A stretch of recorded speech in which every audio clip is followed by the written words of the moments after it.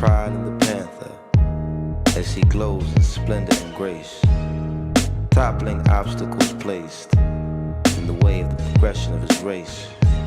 Can you see the pride in the panther as she nurtures her young all alone? The seed must grow regardless of the fact that it's planted in stone. Can't you see the pride in the panthers as they unify as one? The flower blooms with brilliance and outshines the rays of the sun. Outshines like the sun, shines out like the sun, shines bright like the sun, brings light like the sun.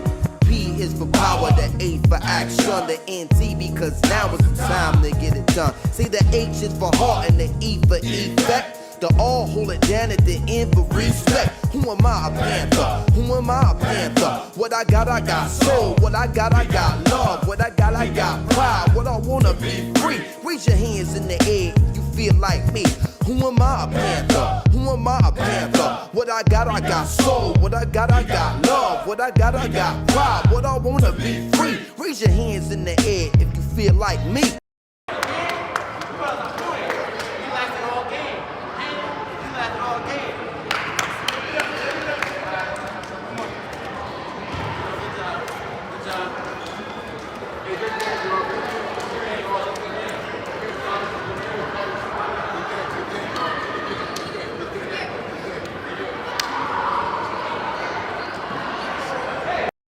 Our struggle since the 60s, you will see nothing but betrayals by the petty bourgeois elements in our society. The African bourgeoisie is the most corrupt bourgeoisie in the world. In Africa, they seek luxury in the midst of mass suffering. There are more Mercedes in Africa than in any other continent in the world. In America, as soon as they arrive at a position based on this blood of the people, they snatch that position and run away from the people. But you must not think that they represent the people. They only represent their opportunistic self, using the people every step of the way. So you must not be confused. It must be clear then, for the 60s, the class struggle in the African Revolution must be more ruthless and uncompromising than in any other revolution. Here then the masses must come without pity and without mercy to trample upon these reactionary pigs who, after the people have gained struggle through their blood, come to hand back the gains on a silver platter to the very enemy the people fought. This will come as a natural consequence.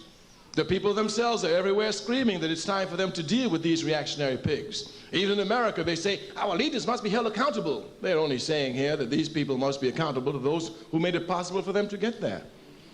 Thus, not only is the revolution inevitable, but it is clarifying itself and it is qualifying itself. For the African masses everywhere, the clairpoised position now for class struggle has become inevitable and irreversible. The petty bourgeoisie everywhere will be running for cover, but the masses will spare them not. Consequently, we, who have dedicated our lives to the people's struggle, we, who knowing that the people will always be free, we, understanding that we must make a contribution to qualify our struggle since the 60s, have been dedicating all our energies to only one task: the organization of the masses of our people. The organization of the masses of our people. We are not running for mayor. We're not running for president. No changes can come from the top down. We're not stupid. Changes can only come from the bottom up. The masses and the masses alone can make them. If you want to learn something from the 60s, the lesson is simple: organize the masses of the people. Thank you. The concept of class and class conflict are both incredibly critical in understanding the nature of capitalism and the role of the modern state. The casual understanding of class is that it's got something to do with how much money you have. You've got the rich, the poor, and the middle class. However, the Marxist understanding of class is a much more precise and useful tool, and it's this understanding of class that I want to explore in this video. The first step in understanding what class is recognizing we are all fundamentally material beings. We are not these immortal creatures that exist outside the physical world. We are material beings with material needs we must satisfy in order to live. So where the concept of class comes in is when we begin to ask how a given individual must go about satisfying these material needs. What means of sustenance are available to this individual? So a farmer's means of sustenance would be farming the land. Identifying the means of sustenance is another way of identifying how the individual relates to the means of production. Quick side note, the means of production, put simply, is the stuff that produces stuff. So when we ask how someone must go about sustaining themselves, it's a question of how they relate to this production line. And there's no one who's exempt from this production line. Everyone relates to it somehow. Alright, so the farmer's relation to the means of production are quite straightforward. He owns the land, he owns the tools, and he must labor the land to sustain himself. This would be his class. A given individual's class is determined by how one relates to the means of production. Now, on its own, this isn't particularly useful. Who gives a shit how someone relates to the means of production?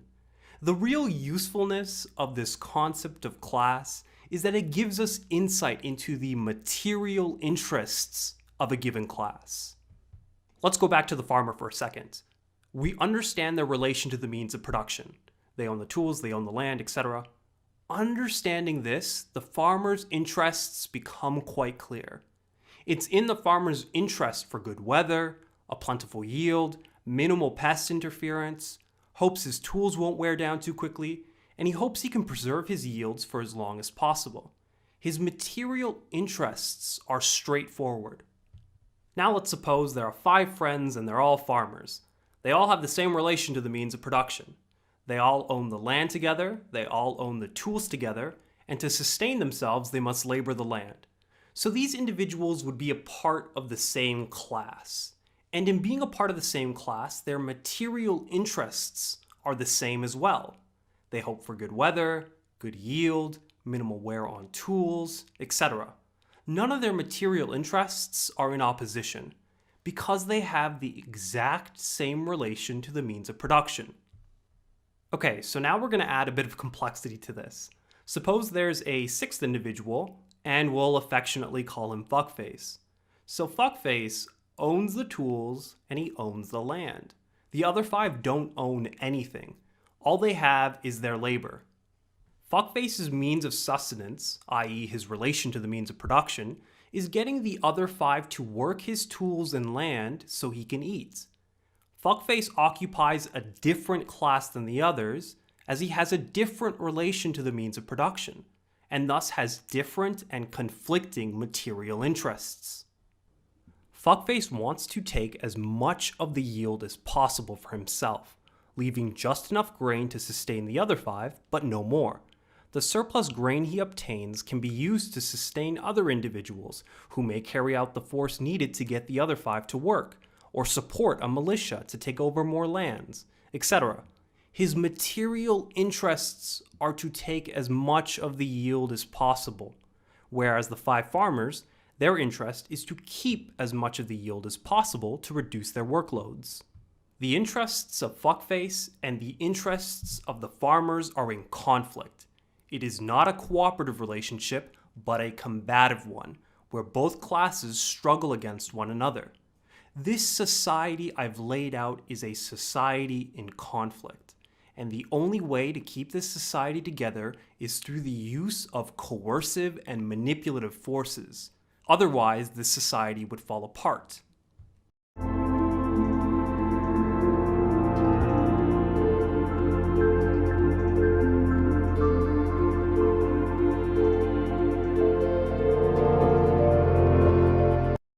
Okay, so far I've been talking about class in this somewhat abstract and hypothetical sense, but let's bring this concept home. Let's take a look at our society, a capitalist society, and understand the classes that constitute it. Under capitalism, there are 2 distinct and primary classes: capitalists and workers. The relationship capitalists have to the means of production is that they own them privately. Their means of sustenance is getting others to labor on these productive means to produce goods and services to be sold. The relationship workers have to the means of production is renting their labor out. These two classes have distinct and conflicting material interests.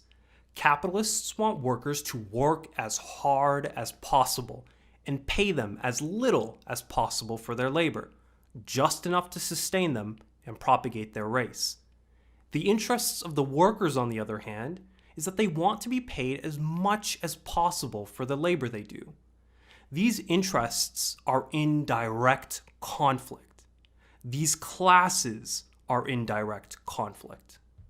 It is not a cooperative relationship, no matter how many times capitalists say otherwise. It is a combative relationship and a relationship of exploitation. The workers are the ones who generate the wealth, and it's the capitalists who skim the surplus generated and keep it for themselves. To further the interests of one class is to necessarily hurt the interests of the other. Any policy that claims to be beneficial for both classes is a lie, plain and simple. Our capitalist society is a society in conflict. The only way this society is held together is through the use of coercive and manipulative forces. This is the primary role of the state, a tool of oppression used to protect the interests of the capitalist class by holding together and maintaining this exploitative system. In simpler terms, the modern state exists to secure the existence of the capitalist class and to advance their interests. Without the state, the capitalist mode of production would collapse.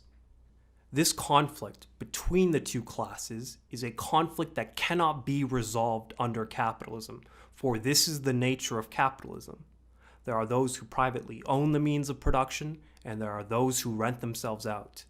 For this conflict, a conflict between two diametrically opposed classes, to resolve itself, requires the ultimate break of either class, and with it, the passing of capitalism. The capitalist class cannot exist without the laboring class. The ruin of the laboring class spells the common ruin of all classes. The socialist sees the only legitimate way forward is the abolition of the capitalist class, freeing the means of production from private ownership and moving it into the common domain to be operated by all, democratically. This radical and revolutionary reconstitution of society not only spells the death of capitalism, but establishes a classless society as well. A society in which everyone runs and operates the means of production democratically is a society in which everyone's relation to the means of production is equal. This is what's meant by a classless society. A classless society doesn't mean a society in which everyone is the same in every single regard and any deviation from the norm will be put down immediately. It just means a society in which everyone is equal in their relation to the means of production. That's it. As everyone relates to the means of production equally, everyone's material interests are congruent. There is no adversarial economic group with opposing material interests. All are equal. As there is no class conflict, the modern state as a tool of oppression is no longer needed. And thus, with a classless society, anarchists and communists see to ultimately do away with the state as a tool of oppression. If there's anything you take away from this video, it should be this concept of class conflict. In a capitalist system where there are two distinct groups with different and oppositional modes of satisfying their material needs, we find a permanent and unyielding conflict of material interests between the classes. This class conflict makes capitalism an inherently volatile system and necessitates the existence of the state to maintain this affair of exploitation. Thank you so much for taking the time to watch this video, and I hope you now have a more intimate understanding of class and class conflict. I also want to thank you all for the incredible response I got on my last video, What is Neoliberalism? All power to the people. All power to the people. Welcome to the Bobby Hutton Political Education course. Each week, students will be assigned readings and videos to study and will convene once a week to discuss the material interpret and break down core concepts, questions, and answers, and to prepare for next week's study materials. Remember, taking notes can be really beneficial, even audio ones, and don't be afraid to ask for help. We are all in this together. Each week, you're encouraged to bring the following: quotes from the material, questions you have, your interpretation of the material, core concept, revolutionary spirit. The first study of a revolutionary is to be educated. To be a Panther, we must understand our history, our political line, strategies to overthrow our oppressors. Upon completion of the political education program, graduates will become members of the UPM, receive recognition, and be encouraged to begin organizing in their local communities. Comrades, our study this week will focus on the movie and documentary assigned last week, Panther and Huey. We'll go over a couple of questions on the material and then move on to Fred Hampton's speech. It's a class struggle, goddammit. Yeah, we told last week, we asked everybody that was here to make sure they watched the documentary. I hope everybody watched it. I'm only going to show a few minutes of it, but the few minutes I'm going to show, for those of us that didn't watch it, is going to basically explain what the whole movie is about and it fits in directly with the with Fred Hampton's speech. It's a class struggle, goddammit. So I'm gonna start it right now.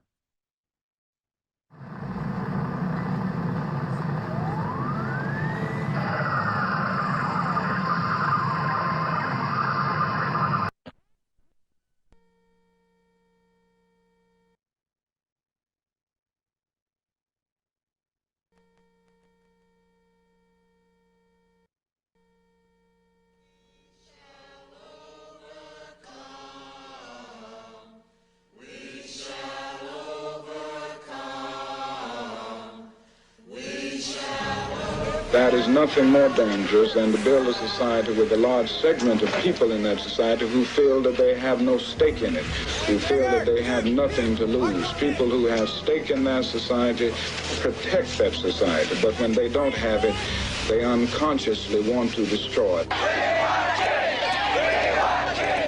am convinced the most potent weapon available to oppress people as they struggle for freedom and justice is the weapon of nonviolence. We're nonviolent with people who are nonviolent with us. But we are not nonviolent with anyone who is violent with us. This is an unlawful assembly. You are ordered to disperse. Go home or go to your church. This march will not continue.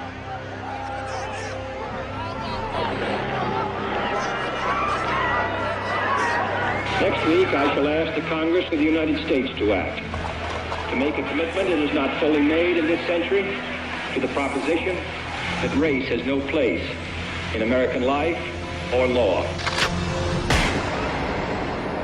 Well, anytime you live in a society supposedly based upon law, and it doesn't enforce its own law because the color of a man's skin happens to be wrong, then I say those people are justified to resort to any means necessary to bring about justice where the government can't give them justice.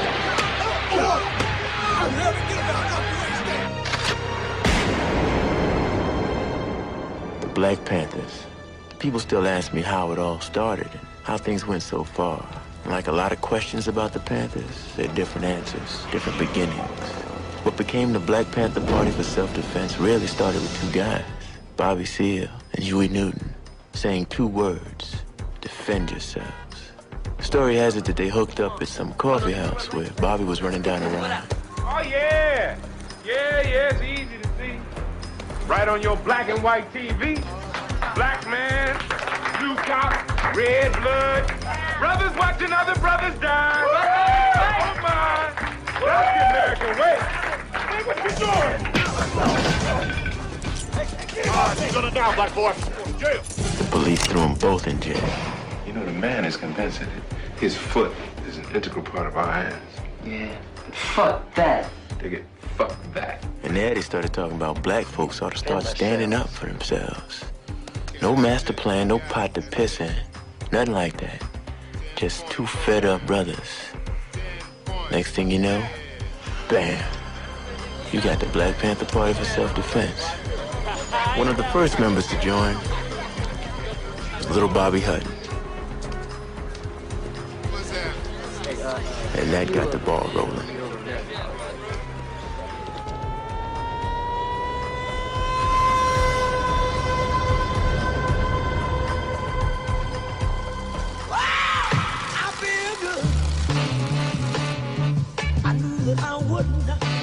But for me, it started differently.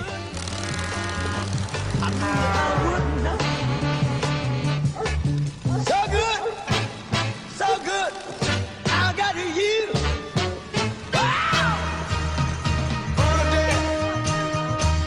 People are searching for the kind of love that we possess. Some go on, searching their whole life through, and never find the love I found in you. And when I speak of you, I see empty in other men's eyes.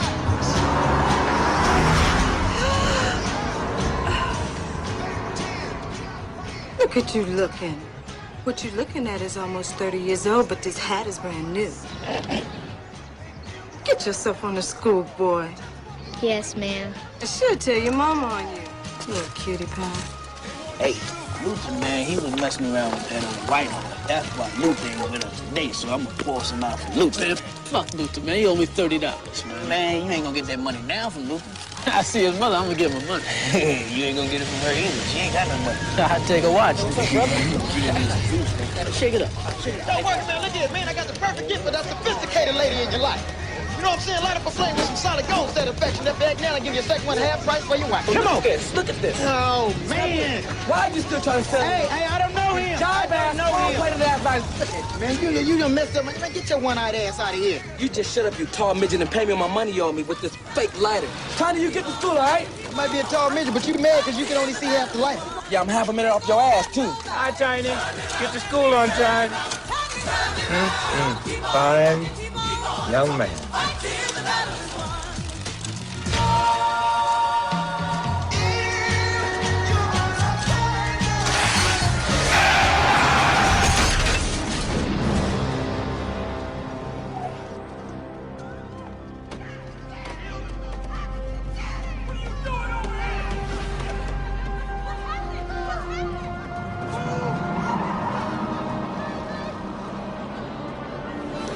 Like I said, for me, it started a lot differently. Yeah, I guess you could say for me, the Black Panther Party started in my mom's front yard.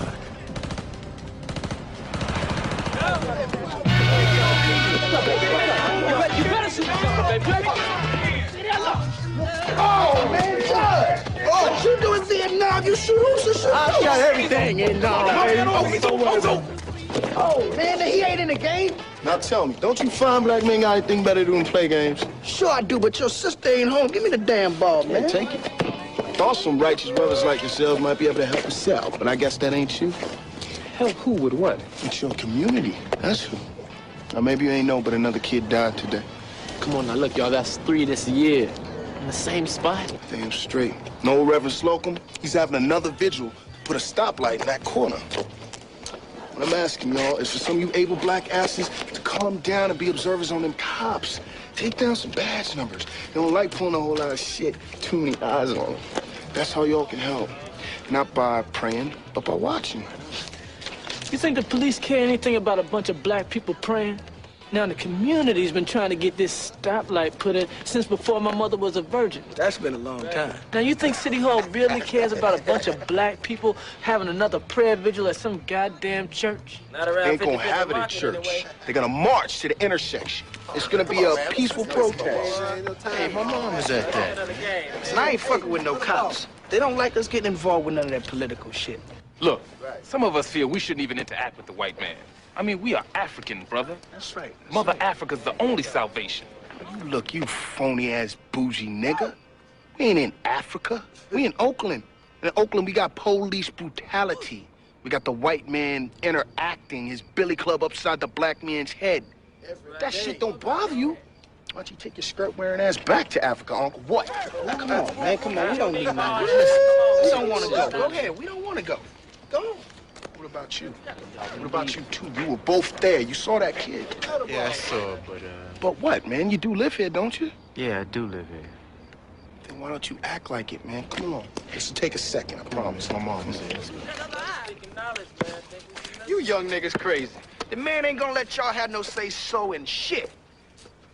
He gonna come down on y'all like a ton of bricks, just like this one right here, baby. Listen, don't let the cops provoke you. We're just here to take down some badge numbers. Who's we, Hey, man? man, come on, brother. Where you been? So we the Black Panther Party for 7 minutes. Panther? What, y'all some kind of gang or something? How old is you, boy? And we ain't no gangsters, we revolutionaries. I mean, can you dig it? Yeah, he's only 16. We made him get his mom's permission before he could join. 16, he's just a kid, man. Yeah, well, cops kick the shit out of kids, too. The black community was a family, strong force to be reckoned with. The ghetto was never heaven. We had our crooks and drunks and the establishment exploiting us. As long as we suffered in silence, the authorities left us alone. But that silent suffering shit was about to change.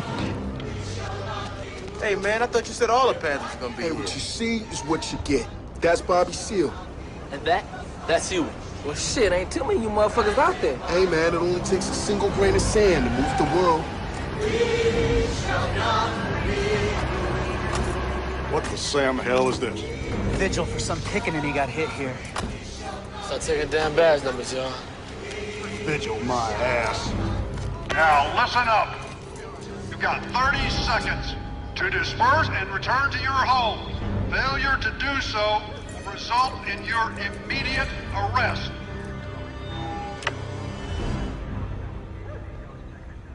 We shall not be moved. We shall not be moved, just like a tree that's planted by the water. You are resisting arrest. We shall not be moved. We shall not be moved. That's what we did here, huh? Go. Get that badge number! Hey, y'all, the cops covering their backs. They can't do that.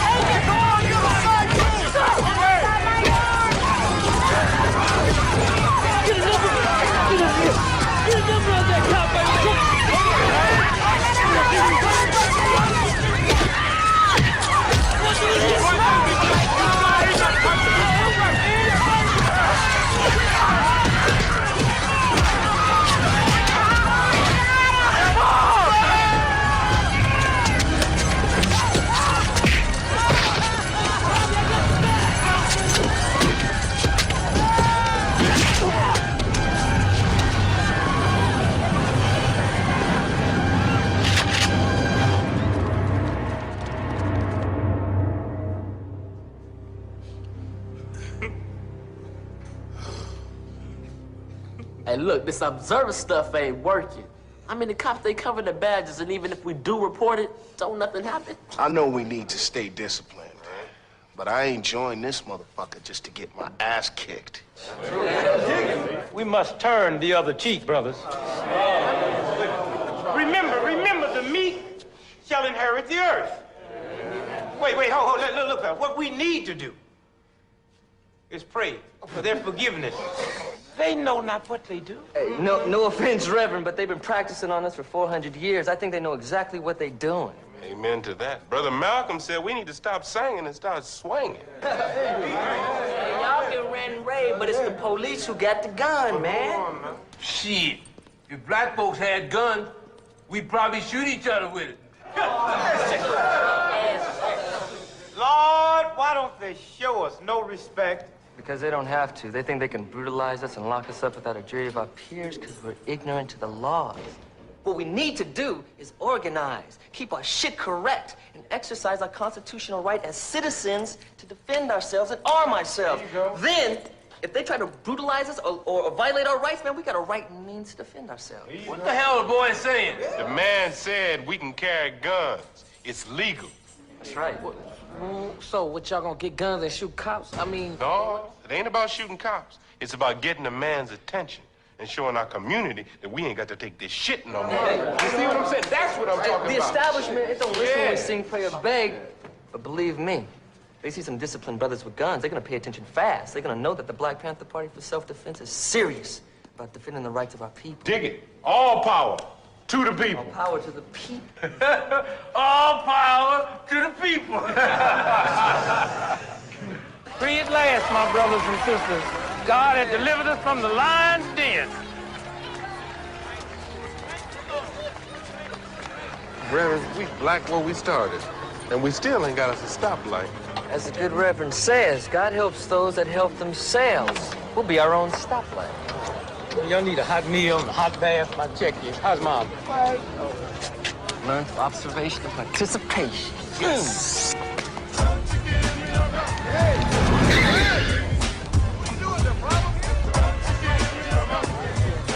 That's beautiful, man. They've been their own stoplight. So what is that gonna do, man? Come on, Jez, man, we gotta start somewhere. Show you right. And I'm gonna start by getting on my feet, working on things from inside the system. Shit, that's why I volunteered for NAM to get the GI. That's bullshit. You volunteered to beat that joyriding rap. Man, it's out in the system. It's right there inside of you. You know what? I'm joining, man. What? I'm gonna join the Black Panther Party. Sorry, man, you don't need to.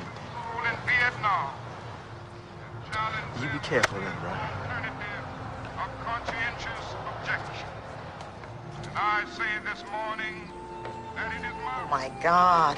Mom, when they let you out? A couple of hours ago. You okay? Hey, I'm all right. How about you? God, you don't look all right. Look at this. Whipping up on that cop like you was crazy. Hey, that cop was trying to hit my mama. I can't have that, you know. Come here.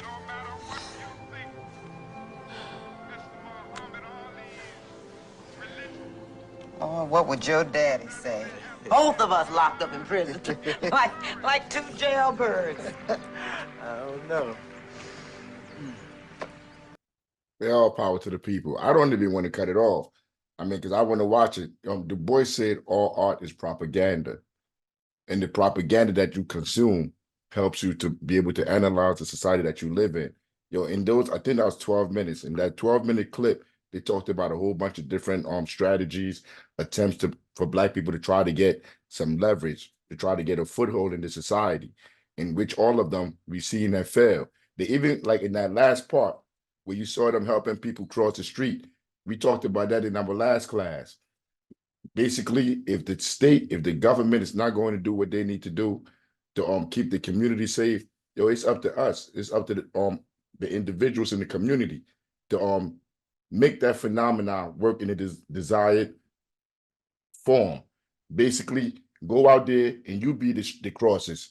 You get your own crossing guards. You be the crossing guards out there, and you make sure people don't get ran over by cars. Instead of waiting and going down to City Hall and begging those people to come and put a street light up there, you put the street light up there yourself. You come up there. But we went over that last class. What were some of the difficulties faced by the Black Panther Party? These are some of the questions that are going to be on the test that we're taking when all of this is said and done. But if you watch that movie, that 2-hour movie, even those first couple of those first few minutes, they explain it too. How did this affect their organizing? How did they attempt to overcome these difficulties? All of that is inside the movies, in the movie, and we're about to talk about some of them in the speech that we're about to go over. We're about to go over Fred Hampton's speech. It's a class struggle, goddammit, and it breaks all of that down.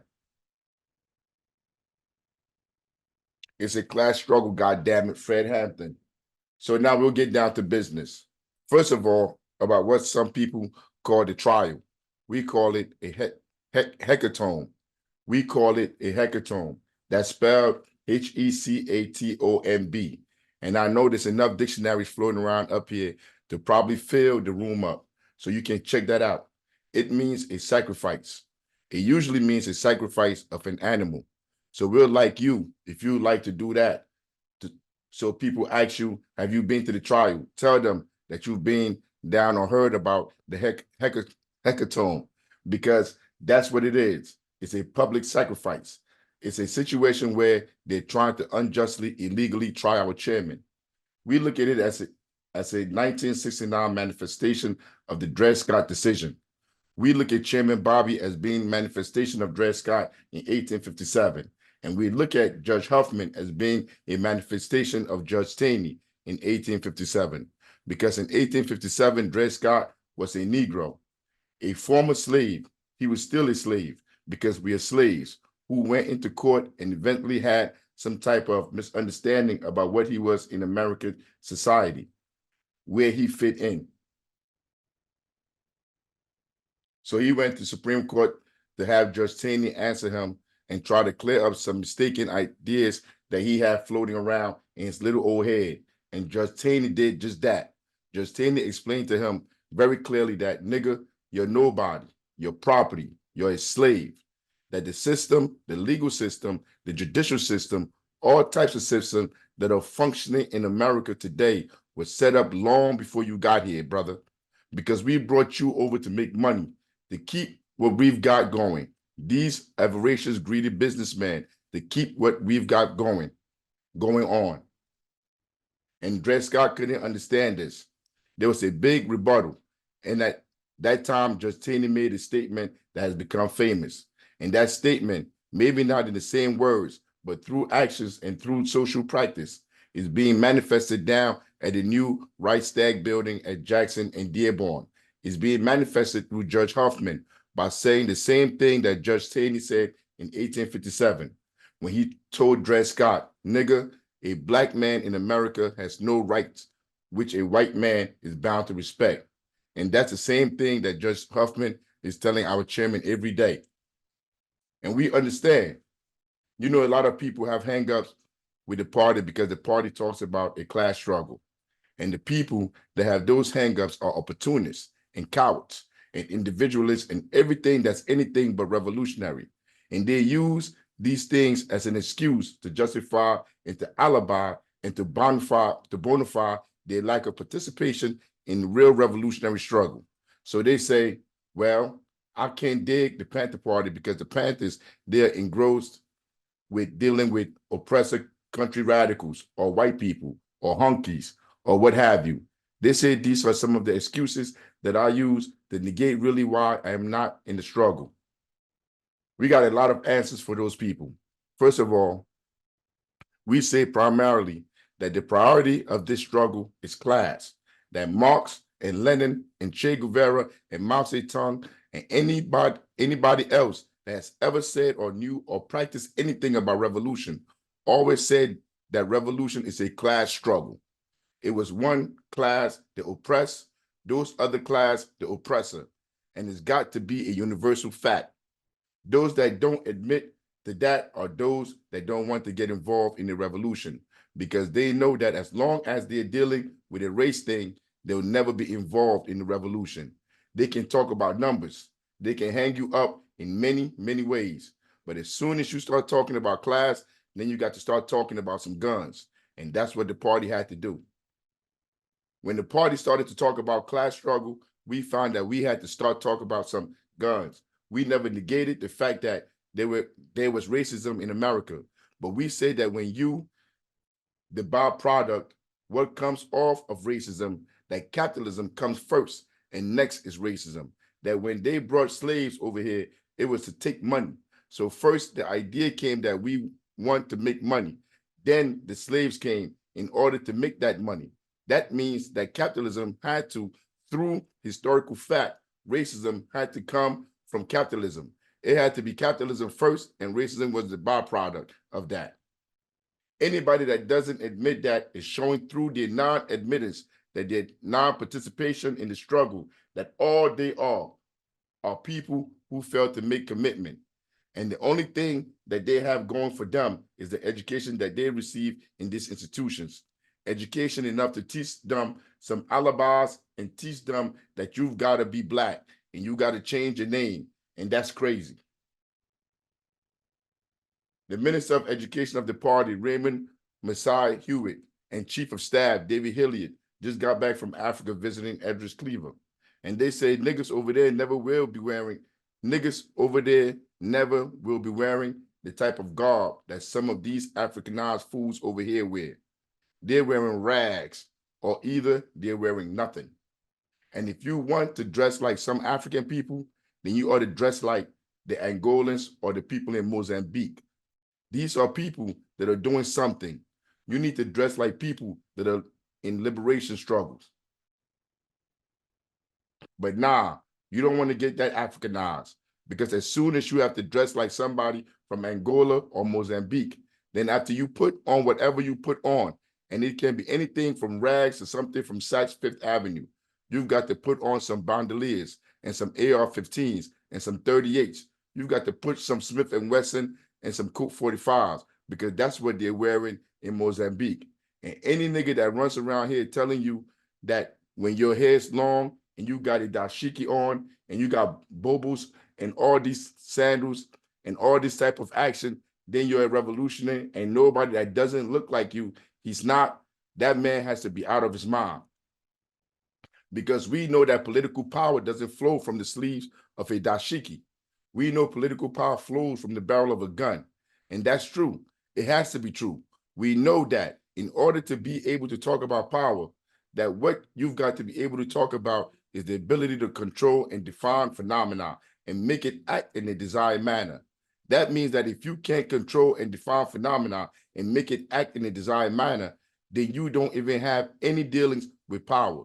You don't know, and you probably never will know what power is. And we know what power is, and we know who's doing harm to our people, the enemy.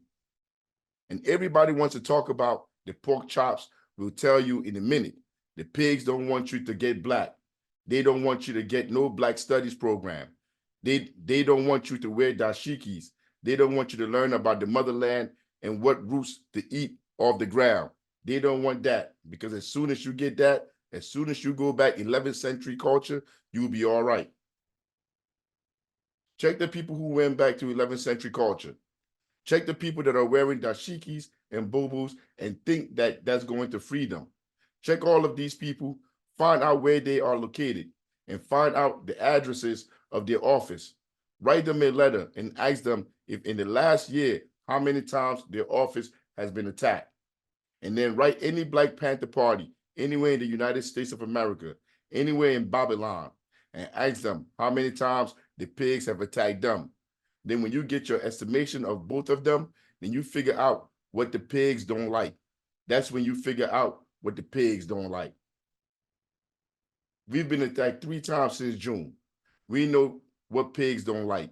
We've got people run out of the country by the hundreds. We know what the pigs don't like. Our Minister of Defense is in jail. Our chairman is in jail. Our Minister of Information is in exile. Our Minister of Information's in exile. Our treasurer, the first member of the party, is dead. The Deputy Minister of Defense and the Deputy Minister of Information, Bunchy Carter, and John Huggins from Southern California, murdered by some pork chops, talking about a BSU program. We know what the pigs don't like. We say nobody would shoot a panther but a pig, because panthers don't pose a threat to anybody but pigs. And if people tell you that panthers pose threats, then ask them what kind of sense it will make, unless it's to get up at 5 o'clock in the morning to feed somebody's son, and then at 3 o'clock that afternoon, shoot him. Save a meal. We don't need to do that. What sense does it make for us to open up a free health clinic where the only prerequisite that you got to have to receive free medical aid is the prerequisite that you be sick? And we got students who driving themselves, running around playing, talking about they doing something for the struggle. And I want to know, what more could you do? And you all people come from Chicago. People talking about the party co-opted by white folks. That's what that mini fascist Stokely Carmichael said. He's nothing but a jackanapes.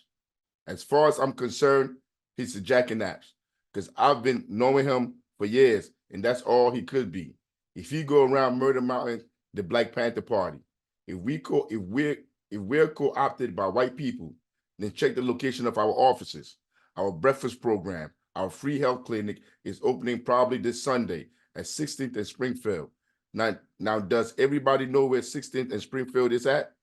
That's not in Winnetka. You understand? That's not in DeKalb.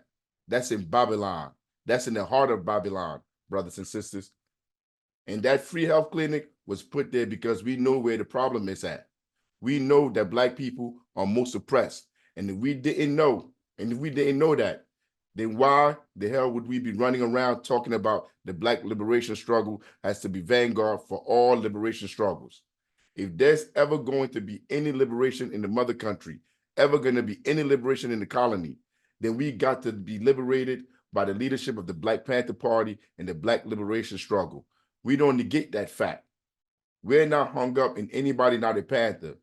We don't want to get you thinking that because we can dig Everett, we can dig him. But we can't dig Ron Karenga and Leroy Jones. We can't dig that.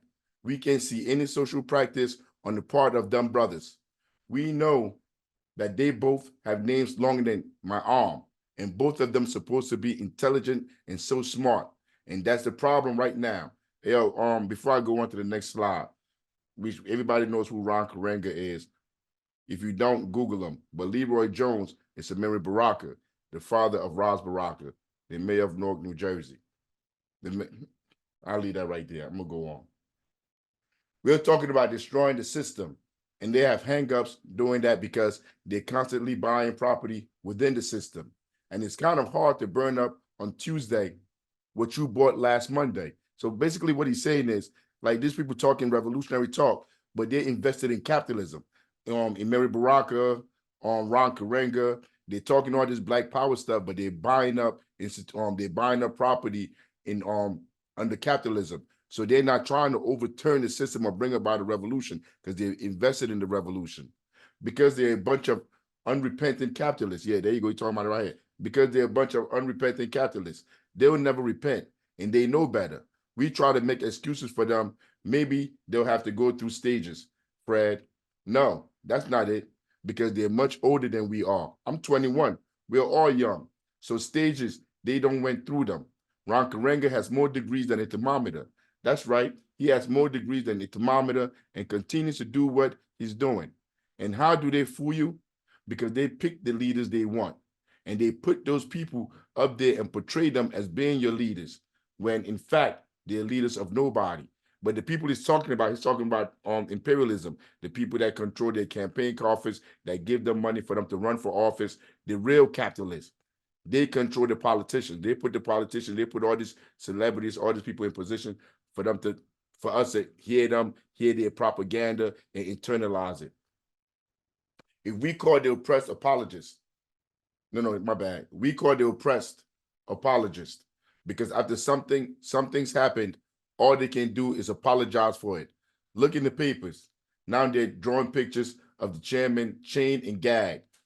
Don't you know that if the news media, the established press, had moved before this, that they could have stopped this rising tide of fascism years ago?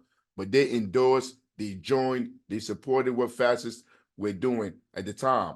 And now it's being heaped down upon all of the people. But this is in the 60s, I think 69. And he's telling you right here, Fred Hampton is telling you that the media is culpable. The media, the MSNBC, the CNN, the Fox News, all these media outlets are owned by the corporations. And the corporations, these media outlets sit there and say nothing about what's going on in our community in real time. And that's what he's telling you right there. A lot of people think now that their hands are getting dirty. We call them ideological servants of United States fascism. Those are the politicians and the celebrities. We call them ideological servants of the United States fascism. And that's what they are, because they serve fascism by doing nothing about it until the law goes over, and then they apologize for it. They get apologetic. But we say it's the same press that will look at and believe and think is bona fide. The same press that talked us into believing that we were somebody, when in fact we were nobody under this system. I don't think there's anything more important. I think that what Malcolm says is important. Now think back, Those students were laughing at Malcolm. Can you dig it? They were laughing at Malcolm. Why? Regent Debray, he says the revolutionaries are in the future, that militants and pork chops and all these people, radical students, are in the present, and that most of the rest of the people try to remain in the past. That's why when somebody comes that's in the future, of a lot of us can't understand him. And the same thing that you don't understand Huey P. Newton now, you didn't understand Malcolm when he was living. But we know that when Malcolm left, the well almost ran dry. You don't miss the water till the well runs dry, and it almost ran dry. Huey P. Newton got the reading, and he's not like a lot of us. A lot of us read and read and read, but we don't get any practice. We have a lot of knowledge in our heads, but we've never practiced it. And we've made any mistakes and corrected those mistakes so that we will be able to do something properly. So we come up with, like we say, more degrees than a thermometer, but we are not able to walk across the street and chew gum at the same time because we have all that knowledge, but it's never been exercised. It's never been practiced. We never tested it with what's really happening. We call it testing it with objective reality. You might have any kind of thought in your mind, but you've got to test it with what's out there. You see what I mean? They talked us into buying candy bars and throwing the candy away and eating the wrapper. They're the only people in the world you can understand. That's right, that can sell ice boxes to Eskimos. They can sell natural wigs to niggas that's got natural hair already. And see, this is a shame. They can sell a one-legged man probably 24 tickets in an ass-kicking contest. And he knows he has no business being there. See, these are the things they can do to us. And then they have us believe that what they're telling us is right. It's a bona fide, it's justified. We say that's wrong. That's incorrect. That Malcolm, when he spoke to students, and you probably heard that record, he speaks to some Jews, some slick people, and he told them, you might say, well, the way I feel, people ought to be able to walk around naked because rape is love. That's idealism. See what I mean? You're dealing in metaphysics. You're dealing in subjectivity because you're not testing it with objective reality. And what's really wrong is that you don't go test it, because if you test it, you get objective. Because as soon as you walk out there, a whole lot of objective reality will vamp down upon your ass and rape you of whatever you have. So whenever this happens, this is when people get a whole lot of mistaken ideas. That's why a lot of you can't understand and can't agree with a lot of what we said. You've never tried it. You don't know whether people relate to the breakfast program because you've never fed anybody. You don't know anything about the free health clinic because you never asked anybody. You don't know anything about the good that a gun does you because you never tried one. And we say that if you was born and if you said you didn't like pears and you never tasted pears, you'd have to be a liar. You don't know whether you like pears, but you can't claim that you don't like pears. The only way that anybody can tell you the taste of a pear is if he himself had tasted it. That's the only way. That's the objective reality. That's what the Black Panther Party deals with. We're not metaphysicians. We're not idealists. We're dialectic materialists. And we deal with what reality is, whether we like it or not. In other words, we use science to make our analysis. We don't just make up stuff and we go with it. We don't just say like, yo, God says so, so that's how it should be. Nah, anything that we do, we put it to practice and make sure it works. And if it doesn't work, we'll go back to the lab and try to do it again to figure it out. So if they say the children can't read, we're going to get an after-school program and we're going to teach the children how to read. If that after-school program and it's not teaching them how to read, it's not working, then we'll change it up. But so far, it's teaching them how to read, so we continue to do it. A lot of people can't relate to that because everything they do is gauged by the way they like things to be. We say that's incorrect. You look and see how things are, and then you deal with that. We running around talking about we're going to love all Black people. We have an undying love for all Black people. And you know that. And you know what? You know what? that if Malcolm came back, he'll walk past 1 million Klansmen to get to Stokely and whoop his motherfucking ass. Because Malcolm was standing right like this in a room where white people weren't even allowed. You hear me? They wouldn't allow no white people in there. But Malcolm's dead. Now what happened? What that fool's name, James Whitmore? Did he do his little skin? Because they had names like 37X, 15X, blacker than black, and they were able to sneak in because of this ignorant potion number 9 that these maniacs are trying to whoop on us. We're going to love all black people because every Negro is a potential black man. Yo, what he's talking about right now is a class struggle. Like everybody's like, when politicians get in trouble, they always revert back to we all black.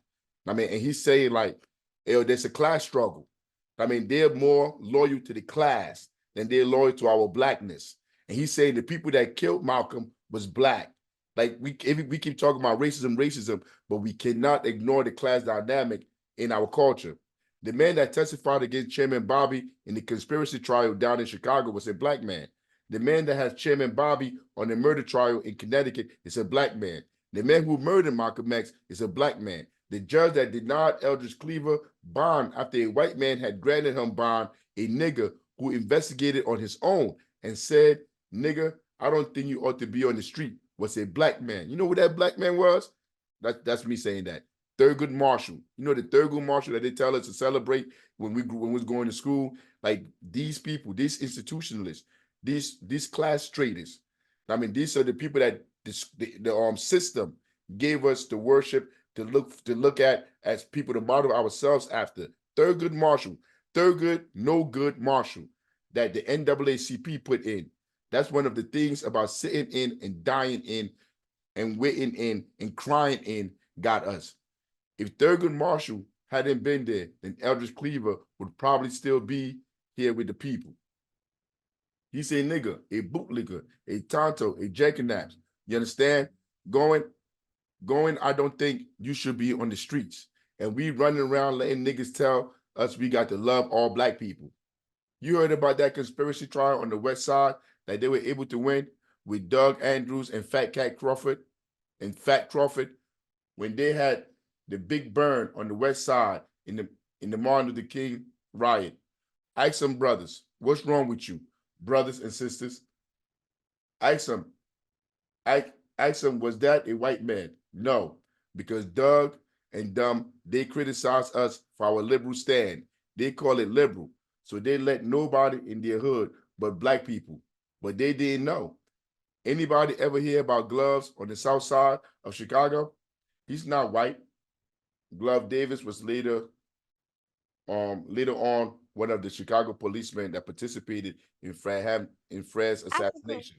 And Fred, right here, Fred is calling him out. This is before even Fred even died. I mean, he said, so let nobody in their hood but black people. But they didn't know. Anybody ever hear about Gloves on the south side? Africa. Who say something? It's me, it's Cash. I'm in. Hey, Cash. Hey, all power to the people. Hey, pause for a second. Hey, Cash. Yeah. Hey, you hear me? You see me reading, right? Mm-hmm. Yo, we in the class right now. How you going to disturb me in the class and tell me you here? Everybody that said, yo, that's Cash. He go to the after school program. Hey, Cash, how old are you? I'm 9. You 9 years old? Yeah. Yeah, Cash. Yo, right now I'm reading a speech from Fred Hampton. Yo, can I finish reading the speech and then I could answer your question? You heard me, Cash? Yeah. All right, can I finish reading? All right, I'm gonna be back. Don't go nowhere, Cash. I'm gonna be back. You heard? But did you think Buckney was white? Buckney was taking all of your brothers and all of your little sisters and all of your little cousins and nephews, and he's gonna continue to take. He's gonna continue to take them. And if you don't do anything, he's gonna take your sons and your daughters. And a lot of niggas going to school not trying to make a name.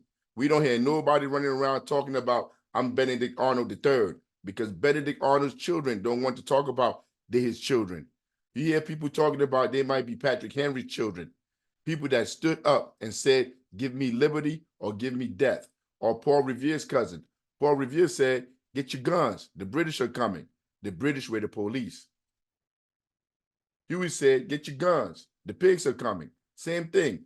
There'll be a lot of Newtons running around. A lot of young kids will be calling themselves UP Newton III. They won't be calling themselves Ooga Booga or Karenga Tan Karenga or Malama Lama Karenga. None of that shit. They won't be calling themselves that. You see, ask the pigs in California. Ask them. You see that? Hand me one of them posters, brother. They weren't right there. Now, if you think I'm lying, look at this. Take a look at this. Now, all you sisters here, tell me what looks better. A nigga running around in a robe and a staff pole looking like Moses, or these are the baddest looking. Or these bad? These are the baddest looking. You might say you're chauvinistic, organizational chauvinistic. You might call it. You might call me wrapped up in the party's own ego, but I'm wrapped up in the truth. And I think the sister can verify that these are the baddest. These are the movie stars for Babylon. God damn it. Huh? Fuck John Wayne and all this other shit. All right. But you see, if you look at that, that's what we look good in. We don't care if niggas wear dashikis. You understand? That's not going to mean anything in the final analysis. But we're saying that you need some tools. You ever had the occasion to have a doctor come to your house or a plumber come to your house? Suppose a plumber came to your house. He opened up his bag and he had stethoscope and thermometer and a hypodermic needle and the syringes. You say you came to fix the plumbing? Brother, you got the wrong tools. Something suspicious is going on because you don't even have the proper tools. Ain't that right? Suppose somebody came to deliver your baby and had plumber tools. I know you sisters will scream bloody murder. No, but you say, this is not right, brother. We can't have this. You understand? You got to come a little easier. You got to show me something better. You got to have some tools that are more appropriate for the occasion. You understand? Because I don't have any running forces or anything. So when people come into our community with tanks, when they come into Babylon or Warsaw or whatever you want to call it, like they did into Henry Horner projects, and that's a manifestation of a very clear manifestation of what's happening in Babylon. When they do that, when they come in there with tanks, and those tanks are tools, those tanks are tools of war. They're declaring war on the community. And if you, when they come into the community with tanks, you come out with dashikis and nothing but dashikis, boo-boos and nothing but boo-boos, sandals and nothing but sandals, then you're in the wrong place at the wrong time with the wrong people. You better go back in the house. If you have to strip butt naked, if you got to get asshole naked, put you on, even if it ain't nothing but a holster and a gun and some ammunition. Take your bare ass, you understand, and they won't consider you being naked. Nobody will try you. You understand? To whistle at you or anything, because this will be gone from the minute any kind of sexual attraction you had will be gone. Because they will be looking at Mr. and Mrs. Colt 45, Mr. and Mrs. 357 Magnum, and the shape of them are the best shape we have in Babylon to deal with. And you brothers holding a 357 Magnum in your hand, there ain't nothing that feels like a 357 Magnum, except one of these beautiful black sisters. But we need them 357 Magnums. When we go out there, we'll be able to protect ourselves. UP Newton issued a mandate a long time ago. It was executive mandate number 3. It said we need to draw the line of demarcation. And when pigs move on our cribs, we have to protect our crib with gun fours. Pigs don't move on Panther cribs. When they move on Panther cribs, they make sure the Panther's out of town. We had a situation where they moved on the Panther crib and they had 3 helicopters above his crib. I'm serious. See, they come prepared because they know when they coming to a Panther crib that we might talk a lot of rhetoric, but we deal with the same basic jargon that the people in Babylon deal with. It takes 2 to tango, motherfucker. As soon as you kick that door down, I have to kick it back to you. We don't lock our doors. We just get us some good guns and leave them motherfuckers open And when people come in, then we put something on them that will make them go to the hardware, buy a lock and come back, pull the door closed and lock it and stay their ass outside. We're going to move as quickly as we possibly can for the people with the questions and answers and the people with the guilt syndrome and the people that have been embarrassed and shamed and disgraced. And we've talked about their leaders like Leroy Jones, once again, Ras Baraka's father. That's before he changed his name to Emiri Baraka. He said, and we've talked about, this is Fred Hampton talking. This is Fred Hampton talking about Emiri Baraka, Ras Baraka's father, the person where Ras Baraka got his political education from, where he learned everything he learned to become the kind of person he is today. This is Fred Hampton talking about him. This is not Africa talking about him. I mean, I'm going to go back to it. And we've talked about their leaders like Leroy Jones and Mama Lama Karenga Karenga, a big bald-headed Bazumi as far as we're concerned. That's what he is. And we think that if he going to continue to wear dashikis, that he ought to stop wearing pants because he look a lot better in a miniskirt. That's all the motherfucking man needs in Babylon that ain't got no gun. And that's a miniskirt.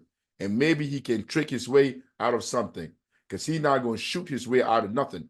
He won't fight temptation, but he never killed anybody but the Black Panther member. Name somebody. Name me a time you read about Karenga's office being attacked. The only time he ever had the occasion to use a gun was on Apprentice Bunchy Carter, a revolutionary. This brother had more revolutionary poetry for a motherfucker than anybody. Revolutionary culture. John Huggins, the only time they lifted a gun was against these people. As Huey says, you know what? Let me say something about that real quick. He's talking about the only time people like Karenga, people like Leroy Jones, the only time they really do something is when it comes to revolutionaries. Yo, like I'm in court now with the mayor of Newark, New Jersey, Ras Baraka. Like he took me to court. He has the I don't know who, I don't know, the FBI, CIA, I don't know. But when I went to court with them, the judge told me that I was under supervision because I was a threat in the I was a threat to dignitaries. I don't know now one landlord that he has under supervision. There are no landlords. The people that's kicking people out, making people homeless right now, there's nobody supervising them. They're not in court. He's not in court with them. He's not in court with this corporation not paying people enough for them to survive, enough for them to pay rent. He's not in court with none of these people. They're in court with revolutionaries, people that's out here working in the community, trying to feed the community, trying to house the community. These are the people that they have in court. But anyway, as Huey says in prison, when they lifted their hands against Bunchy and when they lifted their hands against John, they lifted their hands against the best that Babylon possesses. And you should say that. You should feel any time when revolutionary brothers die. You never heard about the party going around murdering people. You dig what I'm saying? Think about it. I'm not even going to tell you. You think about it for yourself. We started the Black Panther Party in 1966. I'm going to tell you the whole story in a minute. We started dealing with pigs. You think we scared of a few orangutans, a few chumps, a few male chauvinists that they tell their women, walk behind me. The only reason a woman should walk behind a faggot like that is so she can put I think it's supposed to be her foot knee deep in his ass. We don't need no culture except revolutionary culture. What we mean by that is culture that will free you. You heard your field lieutenant talking about a fire in the room, didn't you? What you worry about when you got a fire in this room? You worry about water or escape. You don't worry about nothing else. If you say, what's your culture during this fire? Water.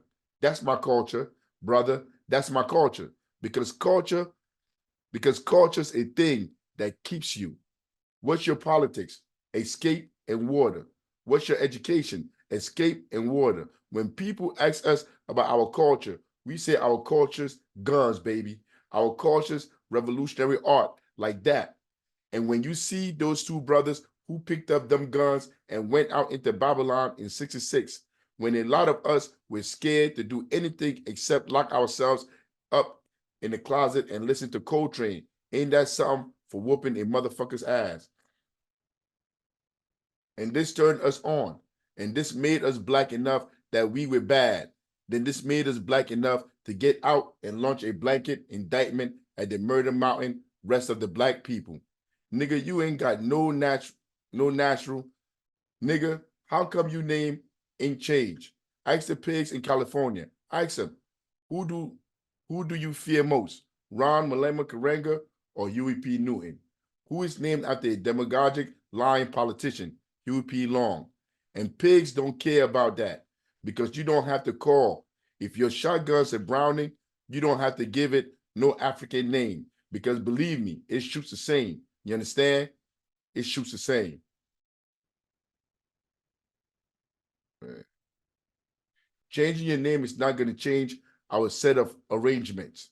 The only thing that's going to change our set of arrangement is what's guiding us into this set of arrangement, and that's the oppressor.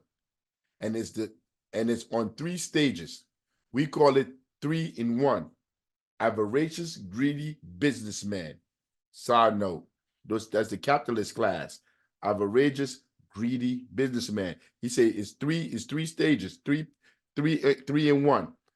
Demagogic, lying politician. So that's the imperialist, that's the politician, and racist, pig, fascist, and that's the police.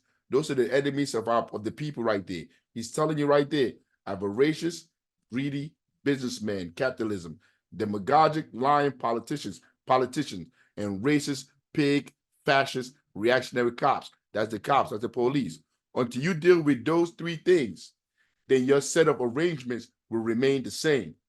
If you don't deal with those 3 things, nothing is going to change in the society. That's what Fred Hampton is saying, not what Africa's saying. The only difference will be that you're still under fascism, but instead of Fred being under fascism, I'll be Ogobuga under fascism. So he's saying if you change your name under fascism, you will still be the same person. Your name would change to Ogobuga, but you still be under fascism. But I'll feel the same. Instead of me going to the gas chamber, I'll go to the African section of the gas chamber because fascism will kill us. That's what he's telling you. Fascism, the American system, the way the American institutions are put together, they're going to kill us. They're coming to kill us. And this was 69. So like let's say from 69, from 1970 to now, what has happened to black people? Ask yourself that question. Think for a minute. From 70 to 2024, what have we been through as black people? We've been through the AIDS epidemic. We've been through the the Jim Crow. We've been through the school to prison pipeline. We've been through poison water, poison everything in our community. We've been through the drugs. We've been through everything. They're going to kill us if we don't deal with those three factors: the politicians, the corporations, the oligarchs, and the pigs and the police. But I'll feel the same. Instead of me going to the gas chamber, I'll go to the African section of the gas chamber. We so Africanized over here that if Africans came over here, you'd have to give them a catalog to find out what the fuck they were buying. In other words, like all these people with the dashikis, all these people with the names like Baraka, what's the guy name in Mississippi? Hey, Patience, you remember, General Secretary, you remember you know the guy in Mississippi's name? The mayor over there. Yeah, in Jackson, Mississippi. Lumumba's son. Yo, you have all these names. They got all these names, but nothing has changed. Go down to Mississippi. The people are catching hell down there.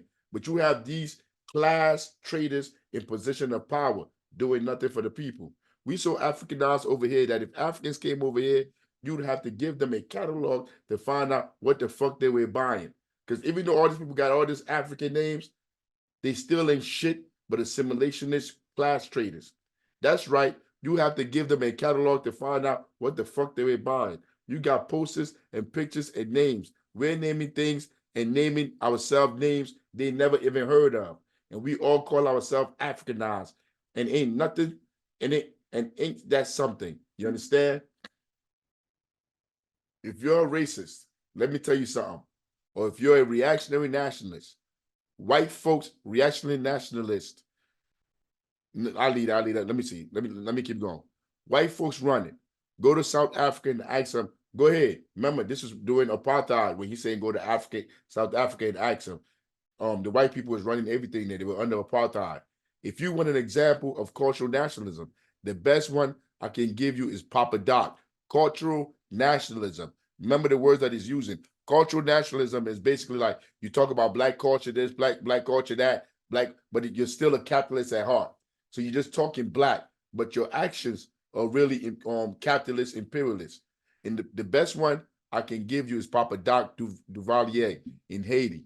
All the black peoples, we need some blackness. Papa Doc, nah, Duvalier said, right on. We need some blackness. Let's get all these white folks out of here. Got all the white folks out, and now he's oppressing all the black folks. When the black folks complain about it, he says, well, goddamn, what y'all complaining about now? I'm black. I can't do nothing wrong, brother. We already qualified that. That's why these apologists like Wesley South come on the air and to rap that sophistry that the sister was talking about their belly who ain't really just rapping about nothing because they're jackanapes in our community allowed to remain there only because of their skin complexion. And we ought to drive them out. Think about it. So he said, yo, drive these people out. Drive these traders out. Yo, and that goes for all of them. Yo, right now, who are these people in our community that just talk but do nothing? They talk black, but they do nothing about the conditions of the people on the ground. Build no institution, but everywhere you see them, they're talking about the culture, but building no institutions, no black institutions in our communities. Who are these people? You could name some of them. And I'm not talking about building a charter school. That's an imperialist factory, imperialist social conditioning factory. If you go out and you build one of these schools that teach the same curriculum, you're not doing nothing. We're talking about revolutionary schools in our communities. Who building those? Think about it in your mind. All these celebrities, all these rich people that we have, who is building institutions in the communities that serve the people?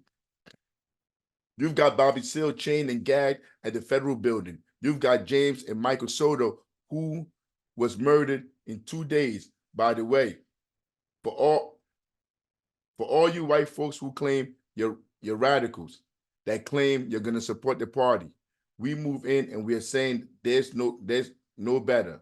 There's no higher Marxist than Huey P. Newton, not Chairman Mao Zedong or anybody else. We're saying that unless people show us through their social practice that they relate to the struggle in Babylon, that means that they're not internationalists. That means they're not revolutionaries, truly Marxist-Leninist revolutionaries. We look at Kim Il-sung. We look at Comrade the Marshal. We look at Comrade the Marshal Kim Il-sung of Korea as towering far and high above in his own social practice as Mao Zedong. If you can relate to that, cool. If you can relate to that, walk out with your ass picked clean like the chickens do. You dig? If you can relate to that, and we're telling you that, and you motherfuckers who think you're so radical that you're trying to radicalize everything in Washington, and I don't know what the fuck you could radicalize, because you ain't gonna do nothing but walk between the bodies of 2 dead men, Lincoln and Washington. And I know you're not gonna stand up and gain no redress. And there's just as much chance for Nixon giving you some redress. If you can get 200,000 people to march on Washington for something that's in Vietnam, why the fuck can't you get 200,000 people to come to Jackson and Dearborn, the federal building, and march with Chairman of Babylon, the man who did more for Babylon and more for Vietnam than you marching maniacs will ever do, because you're not doing nothing for nobody but Florsheim's and Stetsons or Stacey Adams and nobody else, because you're going to wear your souls out, your metaphysical souls and the soles on your shoes. And we say, if you can't relate to that, then fuck you. Because our lines been consistent. We know the Marxist-Leninists, people who might not want to dig it, people who might not want to dig on it. They say Marxist-Leninists, they don't curse. This is something we got from slave masters. We know niggas invented the word motherfucker. We wasn't fucking nobody's mother. It was the masses fucking people's mother. We invented the word, you dig? We relate to that. We Marxist Leninist niggas, and we some Marxist Leninist cussing niggas, and we gonna continue to cuss, goddammit, because that's what we relate to. That's what's happening in Babylon. That's objective reality. Don't nobody walking around in Babylon spotting out their mouth about a whole lot of academic bullshit, intellectually masturbating, catching diarrhea of the mouth. We say to those motherfuckers, if you want to catch a mouth disease, you come and talk that shit in the community where the Panthers are at, and you get a mouth disease, all right. You're gonna get hoof in mouth, Panther hoof in mouth. So if you radicals can relate to that, then fuck you, because we know what Chairman Bobby did for the struggle. It's like, let me keep going.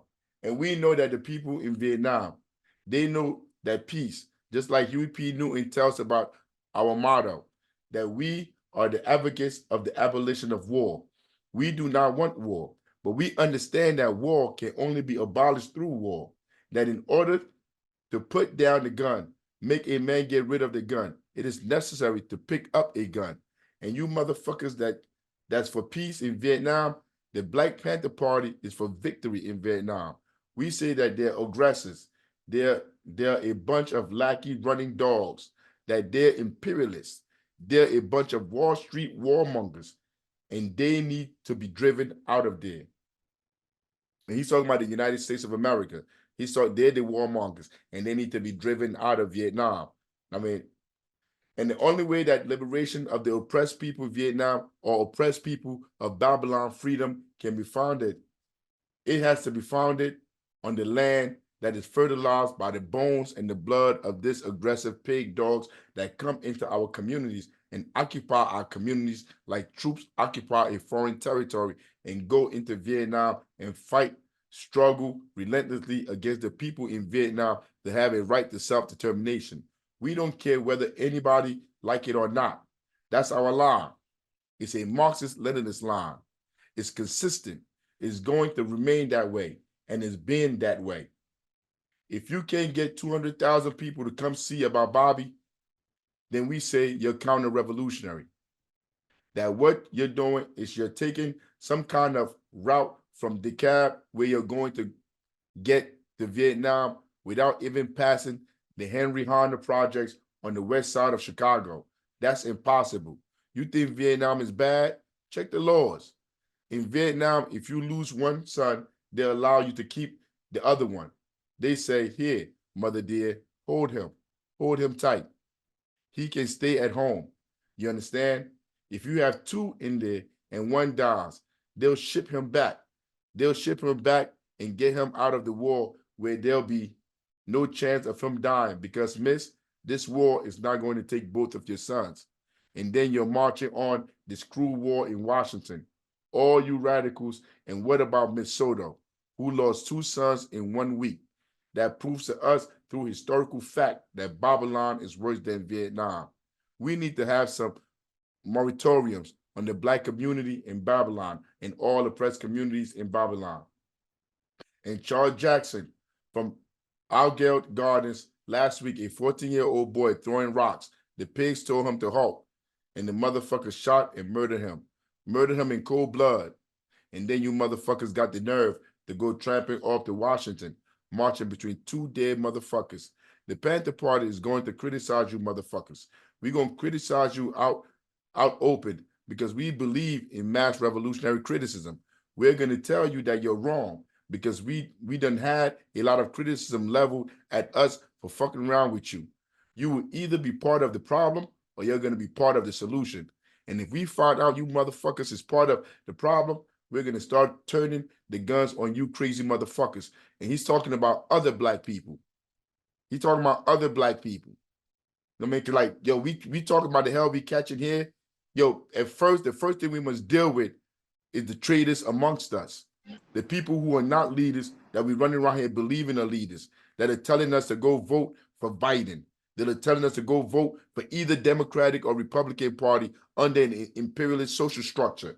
Voting in a rigged system is backwards. we're gonna have some questions and answers. I see you, Cash. You gotta put your phone on mute. We're gonna have some questions and answers. We're gonna do one thing too, and this another thing out of the sight. Show the people where we come from. We come from Babylon. The Black Panthers ran solely by Black people.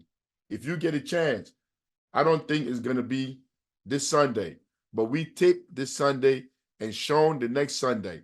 I'm almost sure it's gonna be taped this Sunday and shown next Sunday.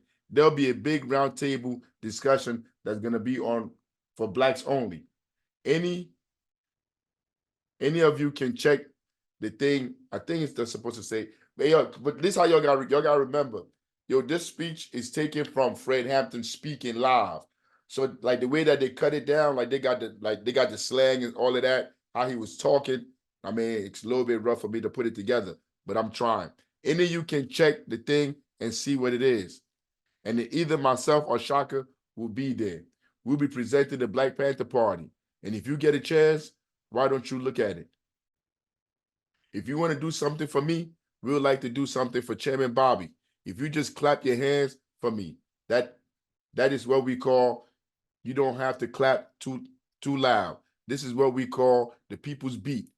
It's a beat that was started in 1966 by Huey Newton and Bobby Seale. It's a beat that never stopped because it's the beat they got because they knew it couldn't be stopped. It's the beat that manifested in you, the people. Chairman Bobby Seale says that as long as there's Black people, there'll always be the Black Panther Party. But they never can stop the party unless they stop the beat. As long as you manifest the beat, we can never be stopped. You think the beat is dangerous? We know it's dangerous. Because when the beat started out on the West Coast, the chief pig out there, Mafioso Alioto, said to the rest of his people that helped him with his fascism out there, he said, listen to those people beat. Hey, they're beating much too fast. Why don't they go back home where they belong? When the beat started last November, a year ago in Chicago, Illinois, at 2350 West Madison, when me and Shaka and Bobby Rush and Shay and some more brothers and Jewel got together and said, we're going to start a Black Panther Party right here because this is part of Babylon.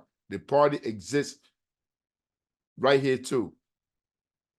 That we might be in school now, might think we're on the mountaintop, but we're going to come down to the valley because people in the valley, commitments in the valley, oppression in the valley, aggression, repression, fascism, all exist in the valley. No matter how nice it might be on the mountaintop, we got a commitment. So we're going back. We got to go back to the valley. That's the hood that everybody's running from. Everybody running from the hood to move to the suburbs. You want to leave the hood because like you want to go live in the suburbs. That's the best way to go. Nah, our problem is in the valley. It's in the hood. That's where we're supposed to be at. That's where our programs are supposed to be at. That's the people you're supposed to be working with. Those are the masses of people that you're supposed to be giving your life for. Not running up to the surrounding suburbs to go live up there with the people that maintain our oppression.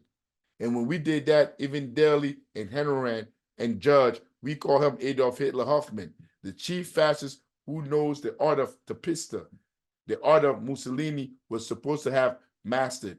We say that Hoffman is better at that art of tapista than Mussolini ever was, because we know what the art of tapista is. It's an art of good timing. And when we started that beat, Judge Hoffman and Mayor Daly and Hammerhead Hanrahan said, hey, listen to the people. It's Chicago beat. Politically, they are even beating much too fast. Why don't they go back home? They live with all Black people where they belong. They live in dashikis and bobos and to be pork chop nationalists and cultural nationalists. Why don't they go back home to thinking what you're wearing is going to change you? Why don't they go back to political power flows from the sleeve of a dashiki? And we say no. As long as that beat continues, we continues, because it gives us, the party, a type of intoxication that it let us understand we're so revolutionary, proletarian, intoxicated that we cannot be astronomically intimidated. All power to the people. Don't worry about that Black Panther Party. As long as you keep the beat, we'll keep on going. If you think that we can be wiped out because they murdered Bobby Hutton and Apprentice, Bunchy Carter, and John Huggins, you're wrong. If you think that because Huey was jailed, the party's going to stop, you see, you're wrong. If you think because Chairman Bobby was jailed, the party's going to stop, you see, you're wrong. If you think because they can jail me, you thought the party was going to stop, you think the party was going to stop, you thought wrong. Because they can rage Eldridge Cleaver out of the country, you're wrong.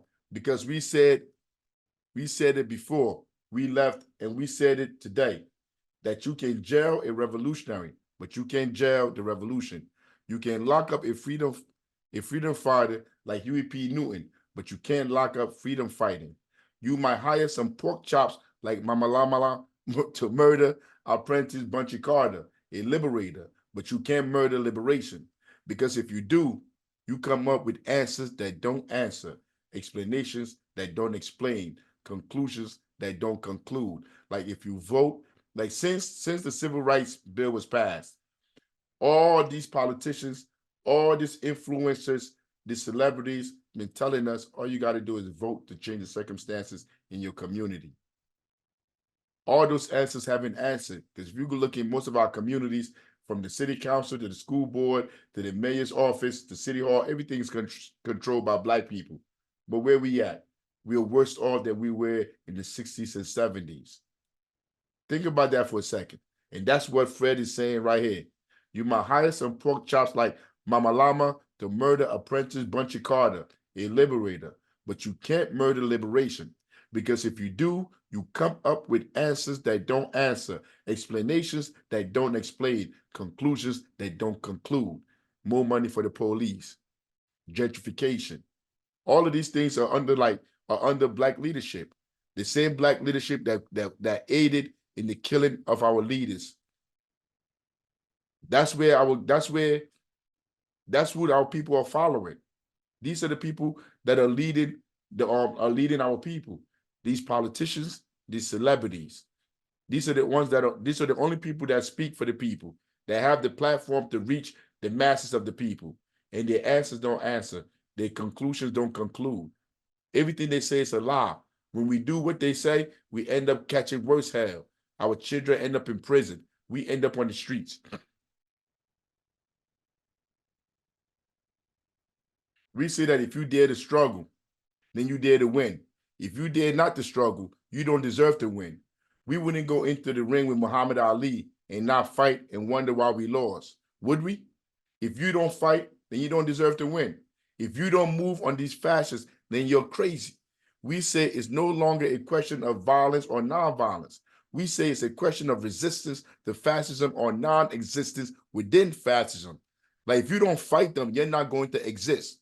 We say let's stop the war in Vietnam. Let's stop it by acquiring victory for the spirit of Ho Chi Minh. We say let's stop the war in Babylon. Let's initiate the centralization of the police. Yo, just right now, they're talking about the war in Gaza, in Ukraine, all in Africa. They have been bombing Africa from 69 until now. I don't think there's any time when they haven't been in Africa bombing, trying to take over in Africa, in Sudan, everywhere in Africa. They're down there trying to control Africa. Not only capitalist or imperialist Europeans, but the Chinese are in Africa too. There's other people there. We must tell the truth. But I digress. The only real thing is the people, because pigs bite the hand that feed them and they need to be slapped. And like Shaka said, when you catch them in your house, hit them with anything. You shouldn't argue about whether you hit them with a chair or a table, because they're out of order from the start. We say the oppressor, fuck Judge Taney. The oppressor has no right, which we, the oppressed, are bound to follow. And that goes in Gaza too. Israel has no right that the Palestinians are bound to follow. Israel is a terrorist. Israel is the one attacking. It's not even a war. You cannot call a war. You can't call it a war when the people are not even allowed to defend themselves, when they have no standing military. That is not a war. That's a genocide. And Israel should not, Israel should not exist. Period. You cannot exist on somebody else's land. That's a crime against people. Period. Like, we don't even have to have a long discussion on that. You shouldn't be able to occupy anybody. And according to human rights law, those people that you're occupying, they can free themselves by any means necessary. That's according to the law. But we act like we don't know the law no more. Everybody acts stupid. When you see these people on the news, on the media, talking about what's going on in Gaza, they act stupid, like they don't understand that people that are being occupied can't be at war with their occupiers. It's a genocide. If you get a chance, come see about Bobby. You ought to come see about Bobby because Bobby came and saw about you. You're talking about Bobby Seale. When we played the video to start this, when we was talking about the video, the Panther video, Bobby Seale, like they were showing you how they didn't have no lights out there. So Bobby Seale and Huey P. Newton went out there and they made their own, they became the what Secretary General. What did they become? They were the what? Because she wasn't following along. Now, when Bobby Seale and Huey P. Newton in the movie, the clip we just watched, they went out there. What did they do on that block? Now, they didn't put a stop sign, but they were out there controlling traffic. What do you call that? Like, I got a mental block. Yeah, they became the crossing guards. My bad, people. They became the crossing guard. They went out there because there was no stoplight. People were getting killed. They went out there. So he's saying right here, Bobby came and saw about you.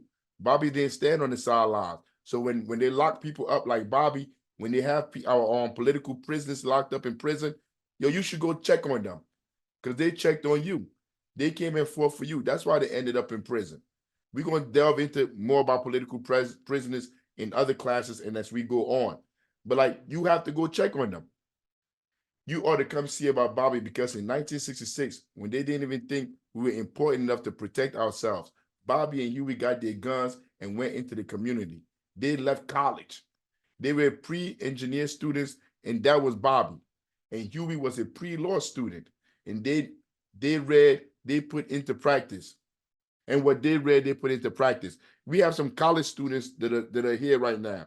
There's a few of them that are sitting here in this political education course. The leaders, the people that founded the Black Panther Party, at one point, they walked away from school to go out and stand with the people. Because I know most of you are in school because you want to move up the economic ladder. You want to be able to take care of your family. You want to be able to make money and all of these things. But in reality, without the people, you're nothing. And the founders of the Black Panther Party, they understood that. So it was so serious, they left school for a little bit of time because they went back and got their degrees. Nobody's saying don't get your degrees, don't study, don't get an education. No, study and get an education. But you have to understand that the people are more important than any of these institutions.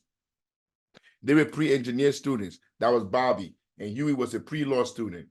And what they read, they put into practice. You ought to come see about Bobby because Bobby came and saw about you. I'm going to see about Bobby. And if you have anything to say, you come see about Bobby. Come down to Jackson and Dearborn and see about our chairman because he's the chairman of Babylon.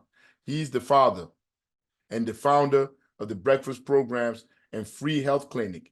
And there's nothing wrong, nothing in the world wrong with that.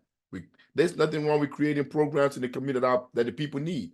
What is wrong with creating breakfast programs? This is why they targeted the Black Panther Party, because the Black Panther Party was showing the people you can survive without the government. All power to the people. Northern Illinois, power to the people that go here to Northern Illinois University.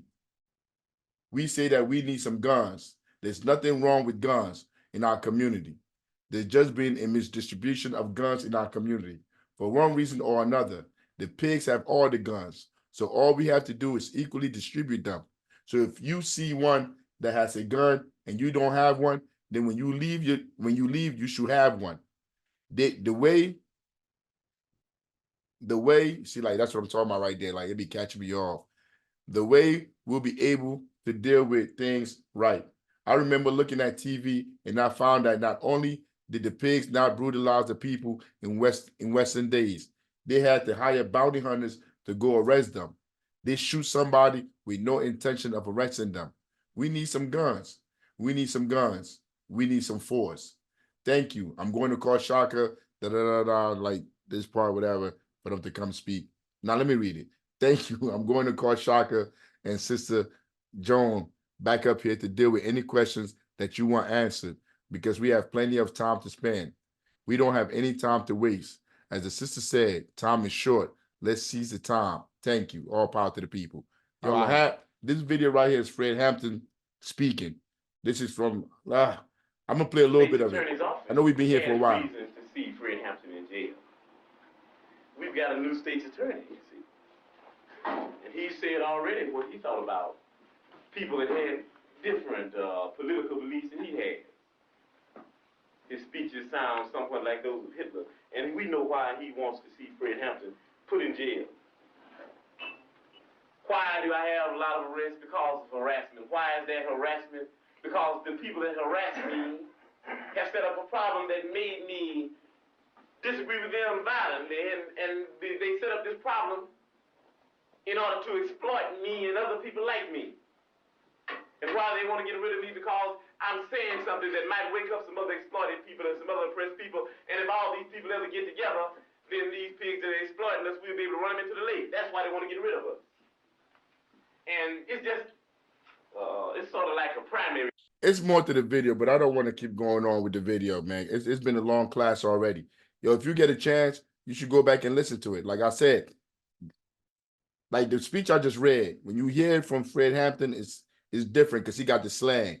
He got that Illinois slang to it when he's saying it. So it's kind of like a little difficult for me to put it together and stuff. But you should listen to him and understand how he's speaking stuff. But patient, what do I do? Hit stop share? Yeah, but I'm done. Let me go to what you call it. You still up here, Cash?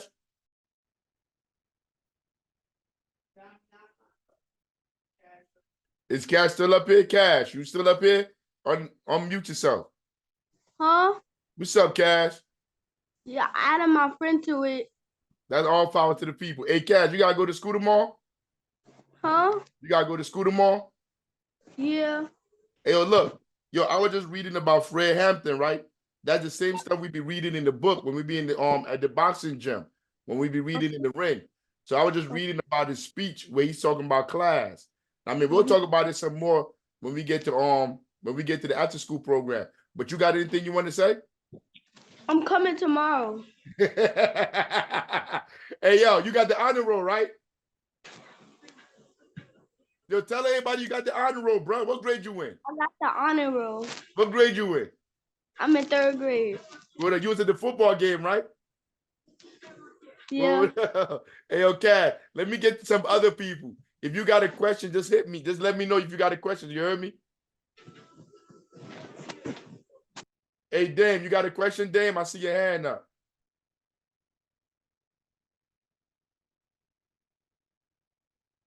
Peace, I do. We were reading specifically about votive leaders into power. So I'm saying, Africa, are you saying that what people like MLK was doing, was that all in vain? Because now we have leaders who are not really looking to liberate the community. They're just looking to get some money in their pocket. So did we fight to vote in vain? Like the first few minutes of that video that I showed about the Black Panther Party, I don't know if you was here in the beginning, but I came a little late. All power. That's okay, no problem. But because we're gonna post it, it's gonna be when we post it online, it's gonna be on there. But in that video, you can see the different strategies that our people was going through, like they were thinking through. They were trying to go like to see if we implemented this strategy, we did this, we did that, if it was gonna work. Yeah, we've been trying since we got off the Mayflower, since we got on these shores.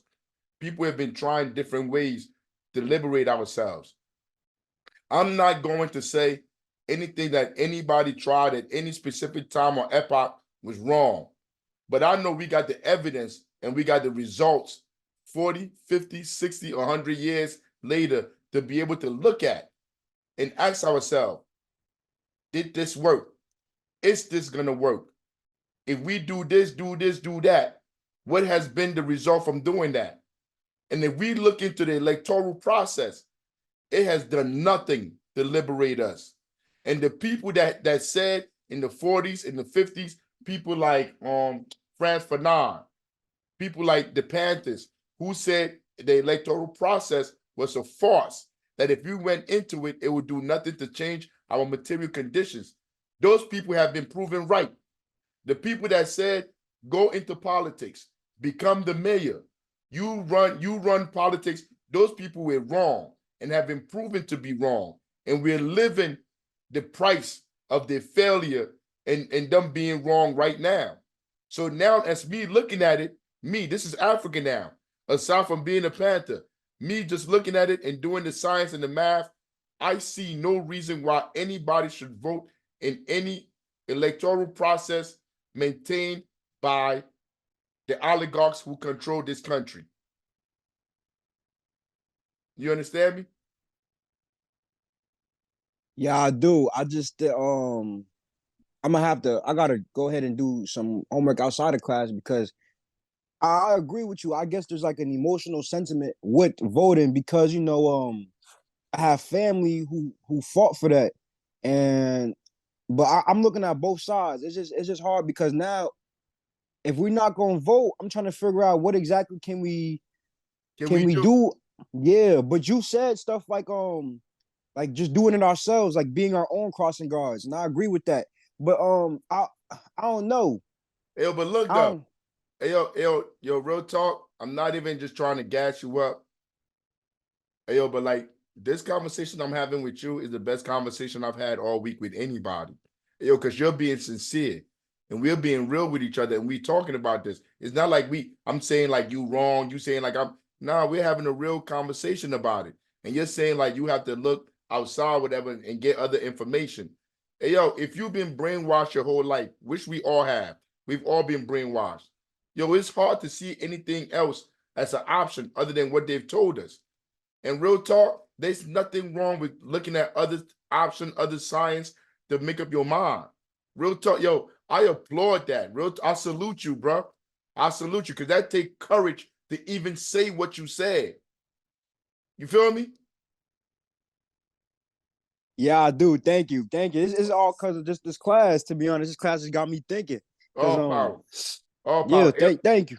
Hey, yo, and text me during the week. Text me, yo, if you want, you could pull up whenever. When we at the gym working with the kids, you could pull up, bro. I mean, hit me whenever, yo. For sure, I'm gonna DM you right now. All power. All power. Thank Anybody else got anything All else? All What's power up, to the people. Africa? Hey, what's up, King? Hey, yo, both of y'all. Hey, yo, when y'all going to sleep? Where you at? Hey, yo, King. He going to sleep at 9:04. 9:04. Hey, yo, that's my man, King. Hey, King, I heard you got the honor roll too. Ty, you don't got no honor rolls. Yes, I do. Stop. No, you don't. You got A's. Yeah, A's. Like, what is he talking about? That's not honor roll. A's is the honor roll. Hey, King. Hey, yo, you got your report card? Yeah. Huh? My mom gonna send it to you. All right. Did King get the honor roll too? Yes, we both got it. All right, so look, I owe y'all a present, both of y'all. You feel me? So I'm about to talk to Tracy. Hey, yo, put yourself on mute, yo. Put yourself on mute. Hey, Tracy, what's up, Tracy? Yeah, I just want to say, I know voting for candidates is a waste of time, but voting for laws and institutes. I mean, you're not saying that if they said that we want to establish a preschool for youngest children and you need votes, you're not saying not to vote for that. It's a way to establish something in the program if it's possible. You talk about for issues, we should vote for issues. I mean, candidates is always going to be somebody in there and they're always going to take advantage of it. But you're not saying not to vote for like laws and programs or anything. Are you saying that? All power to the people. All right. So like the first stage, right? In part of our growth as a people in America, we said we demanded to have the right to vote. Then when the people got the right to vote, when they voted, whatever they voted for, they didn't carry those laws out. I'm talking about from the civil rights movement to now. Because that was the demand. The demand was the right to vote. So after we got the right to vote, everything that we demanded, everything that we wanted as a people, as the masses, 99.99999% of the time doesn't come to fruition. You could check it out. There's a study done by Princeton, who controlled, like, America's an oligarchy or something like that. If you go look at that study, it will tell you in that study that nothing we want ever gets done. So even if you vote for that politician that's telling you they're going to build a black bank, they're going to build a black school, they're going to get local control, and they're going to change the way how the education system works, they're liars. They will never do that, because that's not how imperialism works. If imperialism worked that way, it would have been done a long time ago.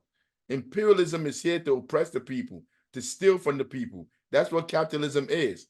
So we could vote all we want. We could listen to them, because they're about to do like Biden. Biden is about to come on and tell you how about democracy, how you're about to do all of this. They're going to tell you about healthcare. They're going to do something for healthcare. Every time they're lying. They do nothing. Obama came in. Obama said he's going to do something for healthcare. He came in and we all had to sign ourselves to insurance companies.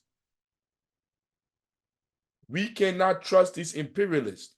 Nothing they say is true. They're just going to continue to lie, to coerce us into participating in their illegal system, because that's all they have.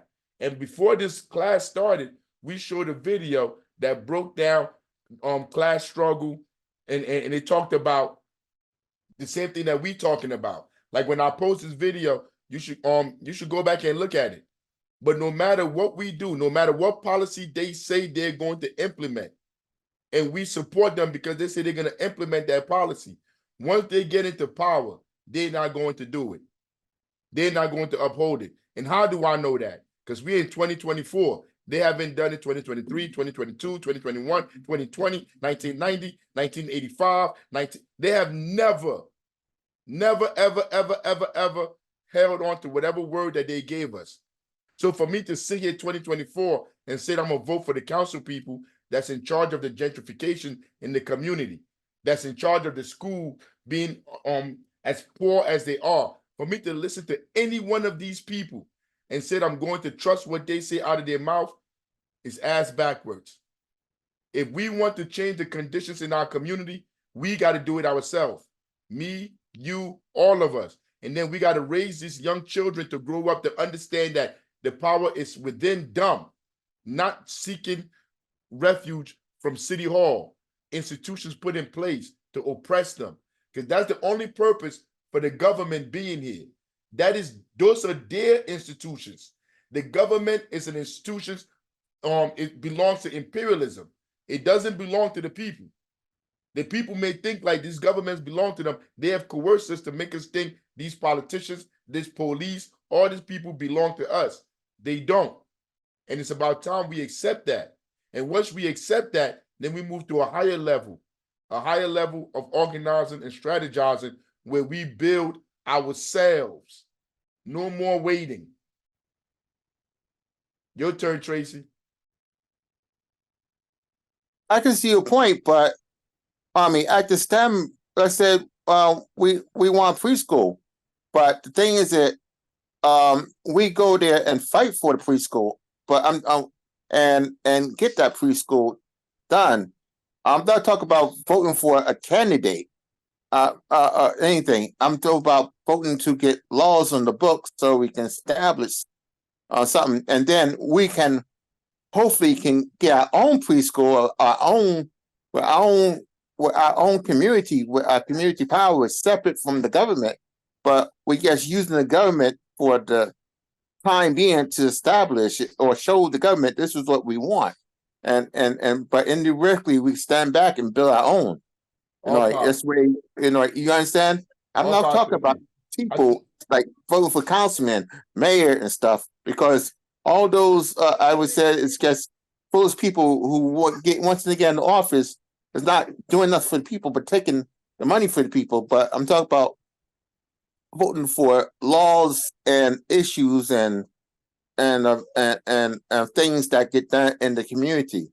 And so if those we're not going to vote for, and then when it established, we will elect in. I mean, it gets laws and stuff. Like I said, once we had on the books in my city a long time ago called party permit, where it said it's only if you have more than 30 people in a party in your house, you cannot have it. And we got together and we formed and got a lawyer to a civil rights lawyer to man, this is like 30 years ago, to take a look at it and to see that it was unconstitutional for the city to have that kind of ban, to limit it 30 people, because we prove if the churches have more than 30 people in their building, why, and they not paying the permit, or other things is paying to have more than 30 people, not paying the permit, why private people have it? So when they put it on the ballot, we proved that law was is unconstitutional, and the reason it went through because nobody voted against it, and they go through. So we have to be realizing our minds to vote for laws and things that might damage us, or vote against them that might damage us. You understand where I'm coming from? I'm not talking about candidates. I'm talking about issues. I understand exactly what you're saying, but let me see. General Secretary Pierce, you have something?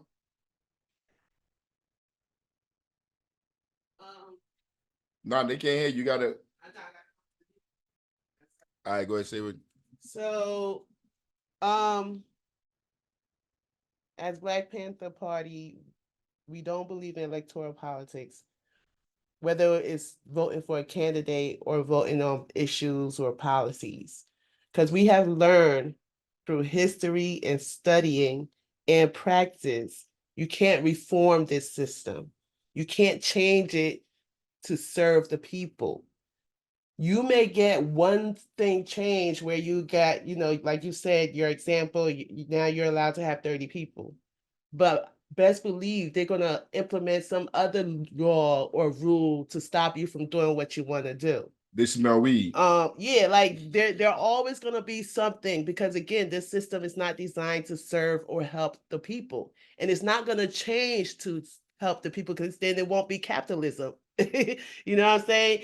You can't reform capitalism. You can't change imperialism, because it's designed to do what it's supposed to do, which is oppress the people here in America and worldwide. That's how capitalism works.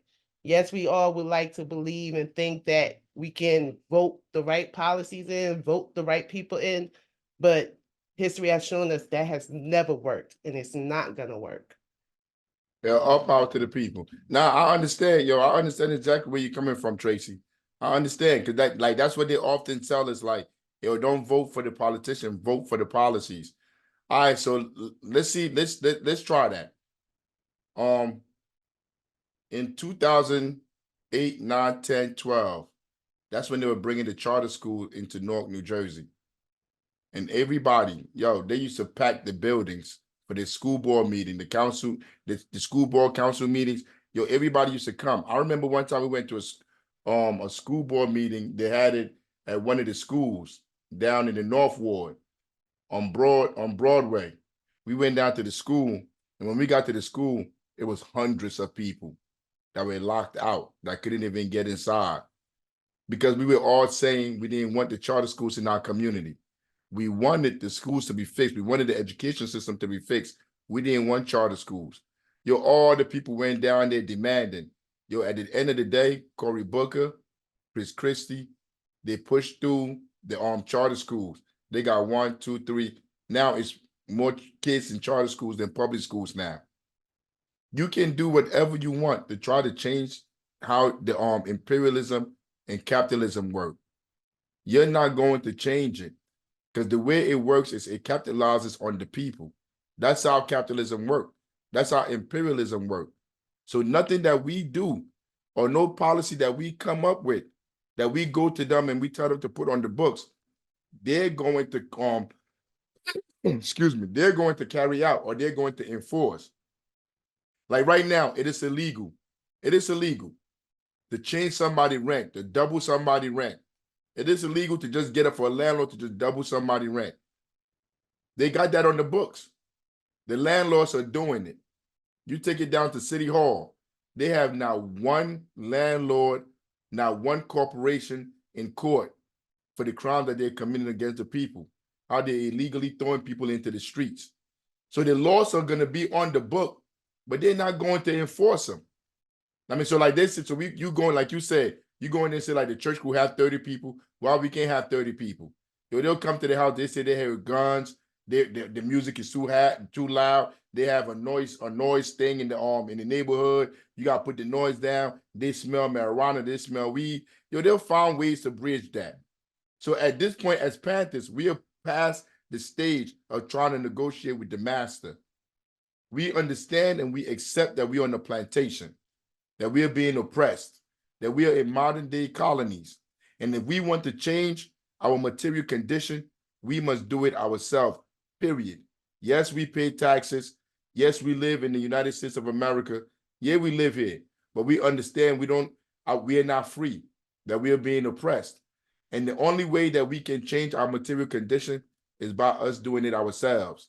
So the energy that it would take to go try to get a policy pushed through, yo, we have our own after-school program. If we all came together and did it, why can't we get our own preschool? Why can't we build our own preschool? We can do it. Just us, just the new African Black Panther Party and a couple of, or another comrade. I don't know if Tashon is here, but for weeks now, Tashon has been coming down to help out with the after-school program. He brought a football program to what we are doing now.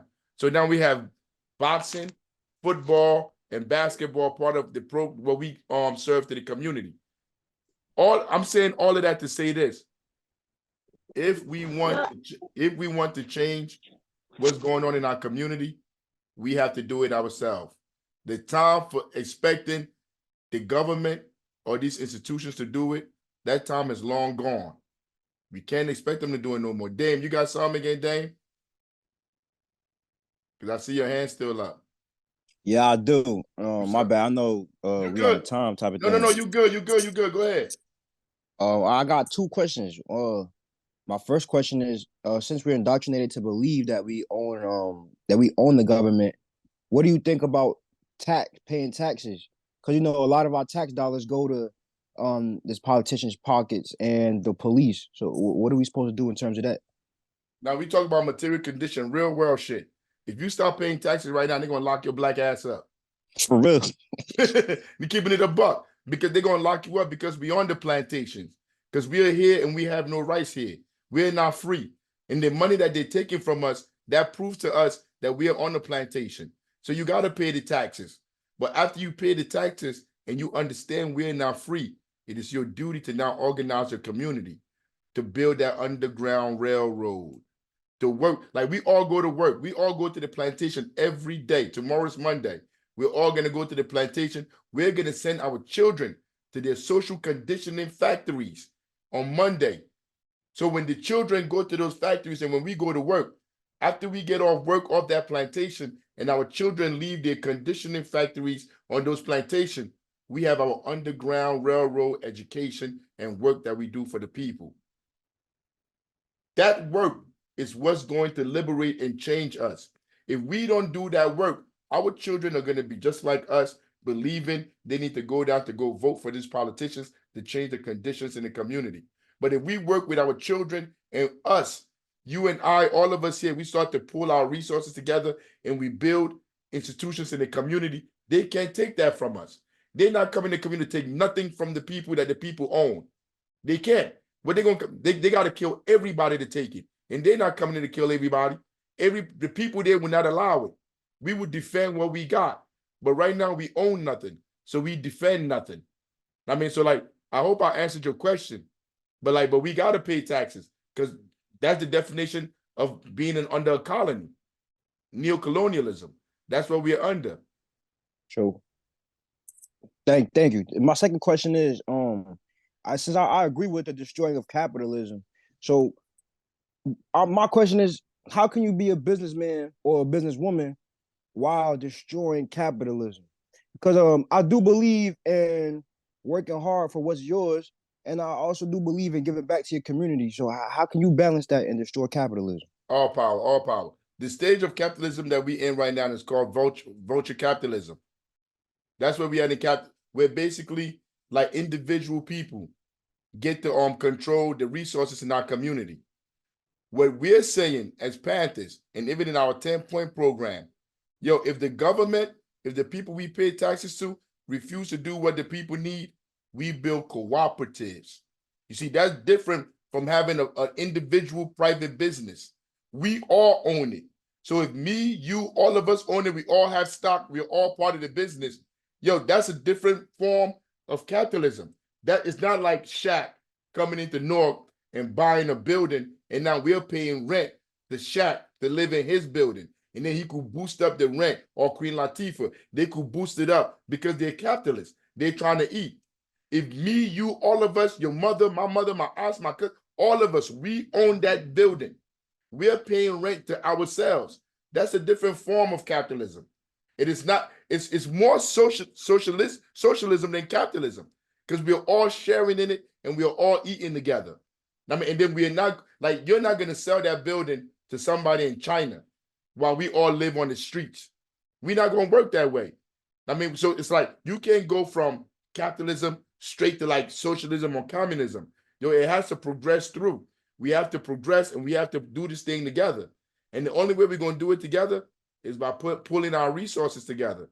That's why when we graduate, those that graduate here, our first duty is all of us to come together and start getting stuff in the community together, to maintain together in our communities that we're going to pass down to our children, our children. When they talk about generational wealth, that's real generational wealth. Not sending your child away to college when they have hundreds and thousands of student loans that they got to pay back. That's not generational wealth. You're just crippling them and making them making them subservient to the system that's already in place. But if they own these buildings, we own them, that's a whole different form of capitalism. Do you agree? Yeah, I agree. And it's starting to make sense to why during the Vietnam War area there was such a pushback on communism, because the way you just explained it, if I was a messed up person, and I wouldn't want to share everything with everybody, because I'm being greedy.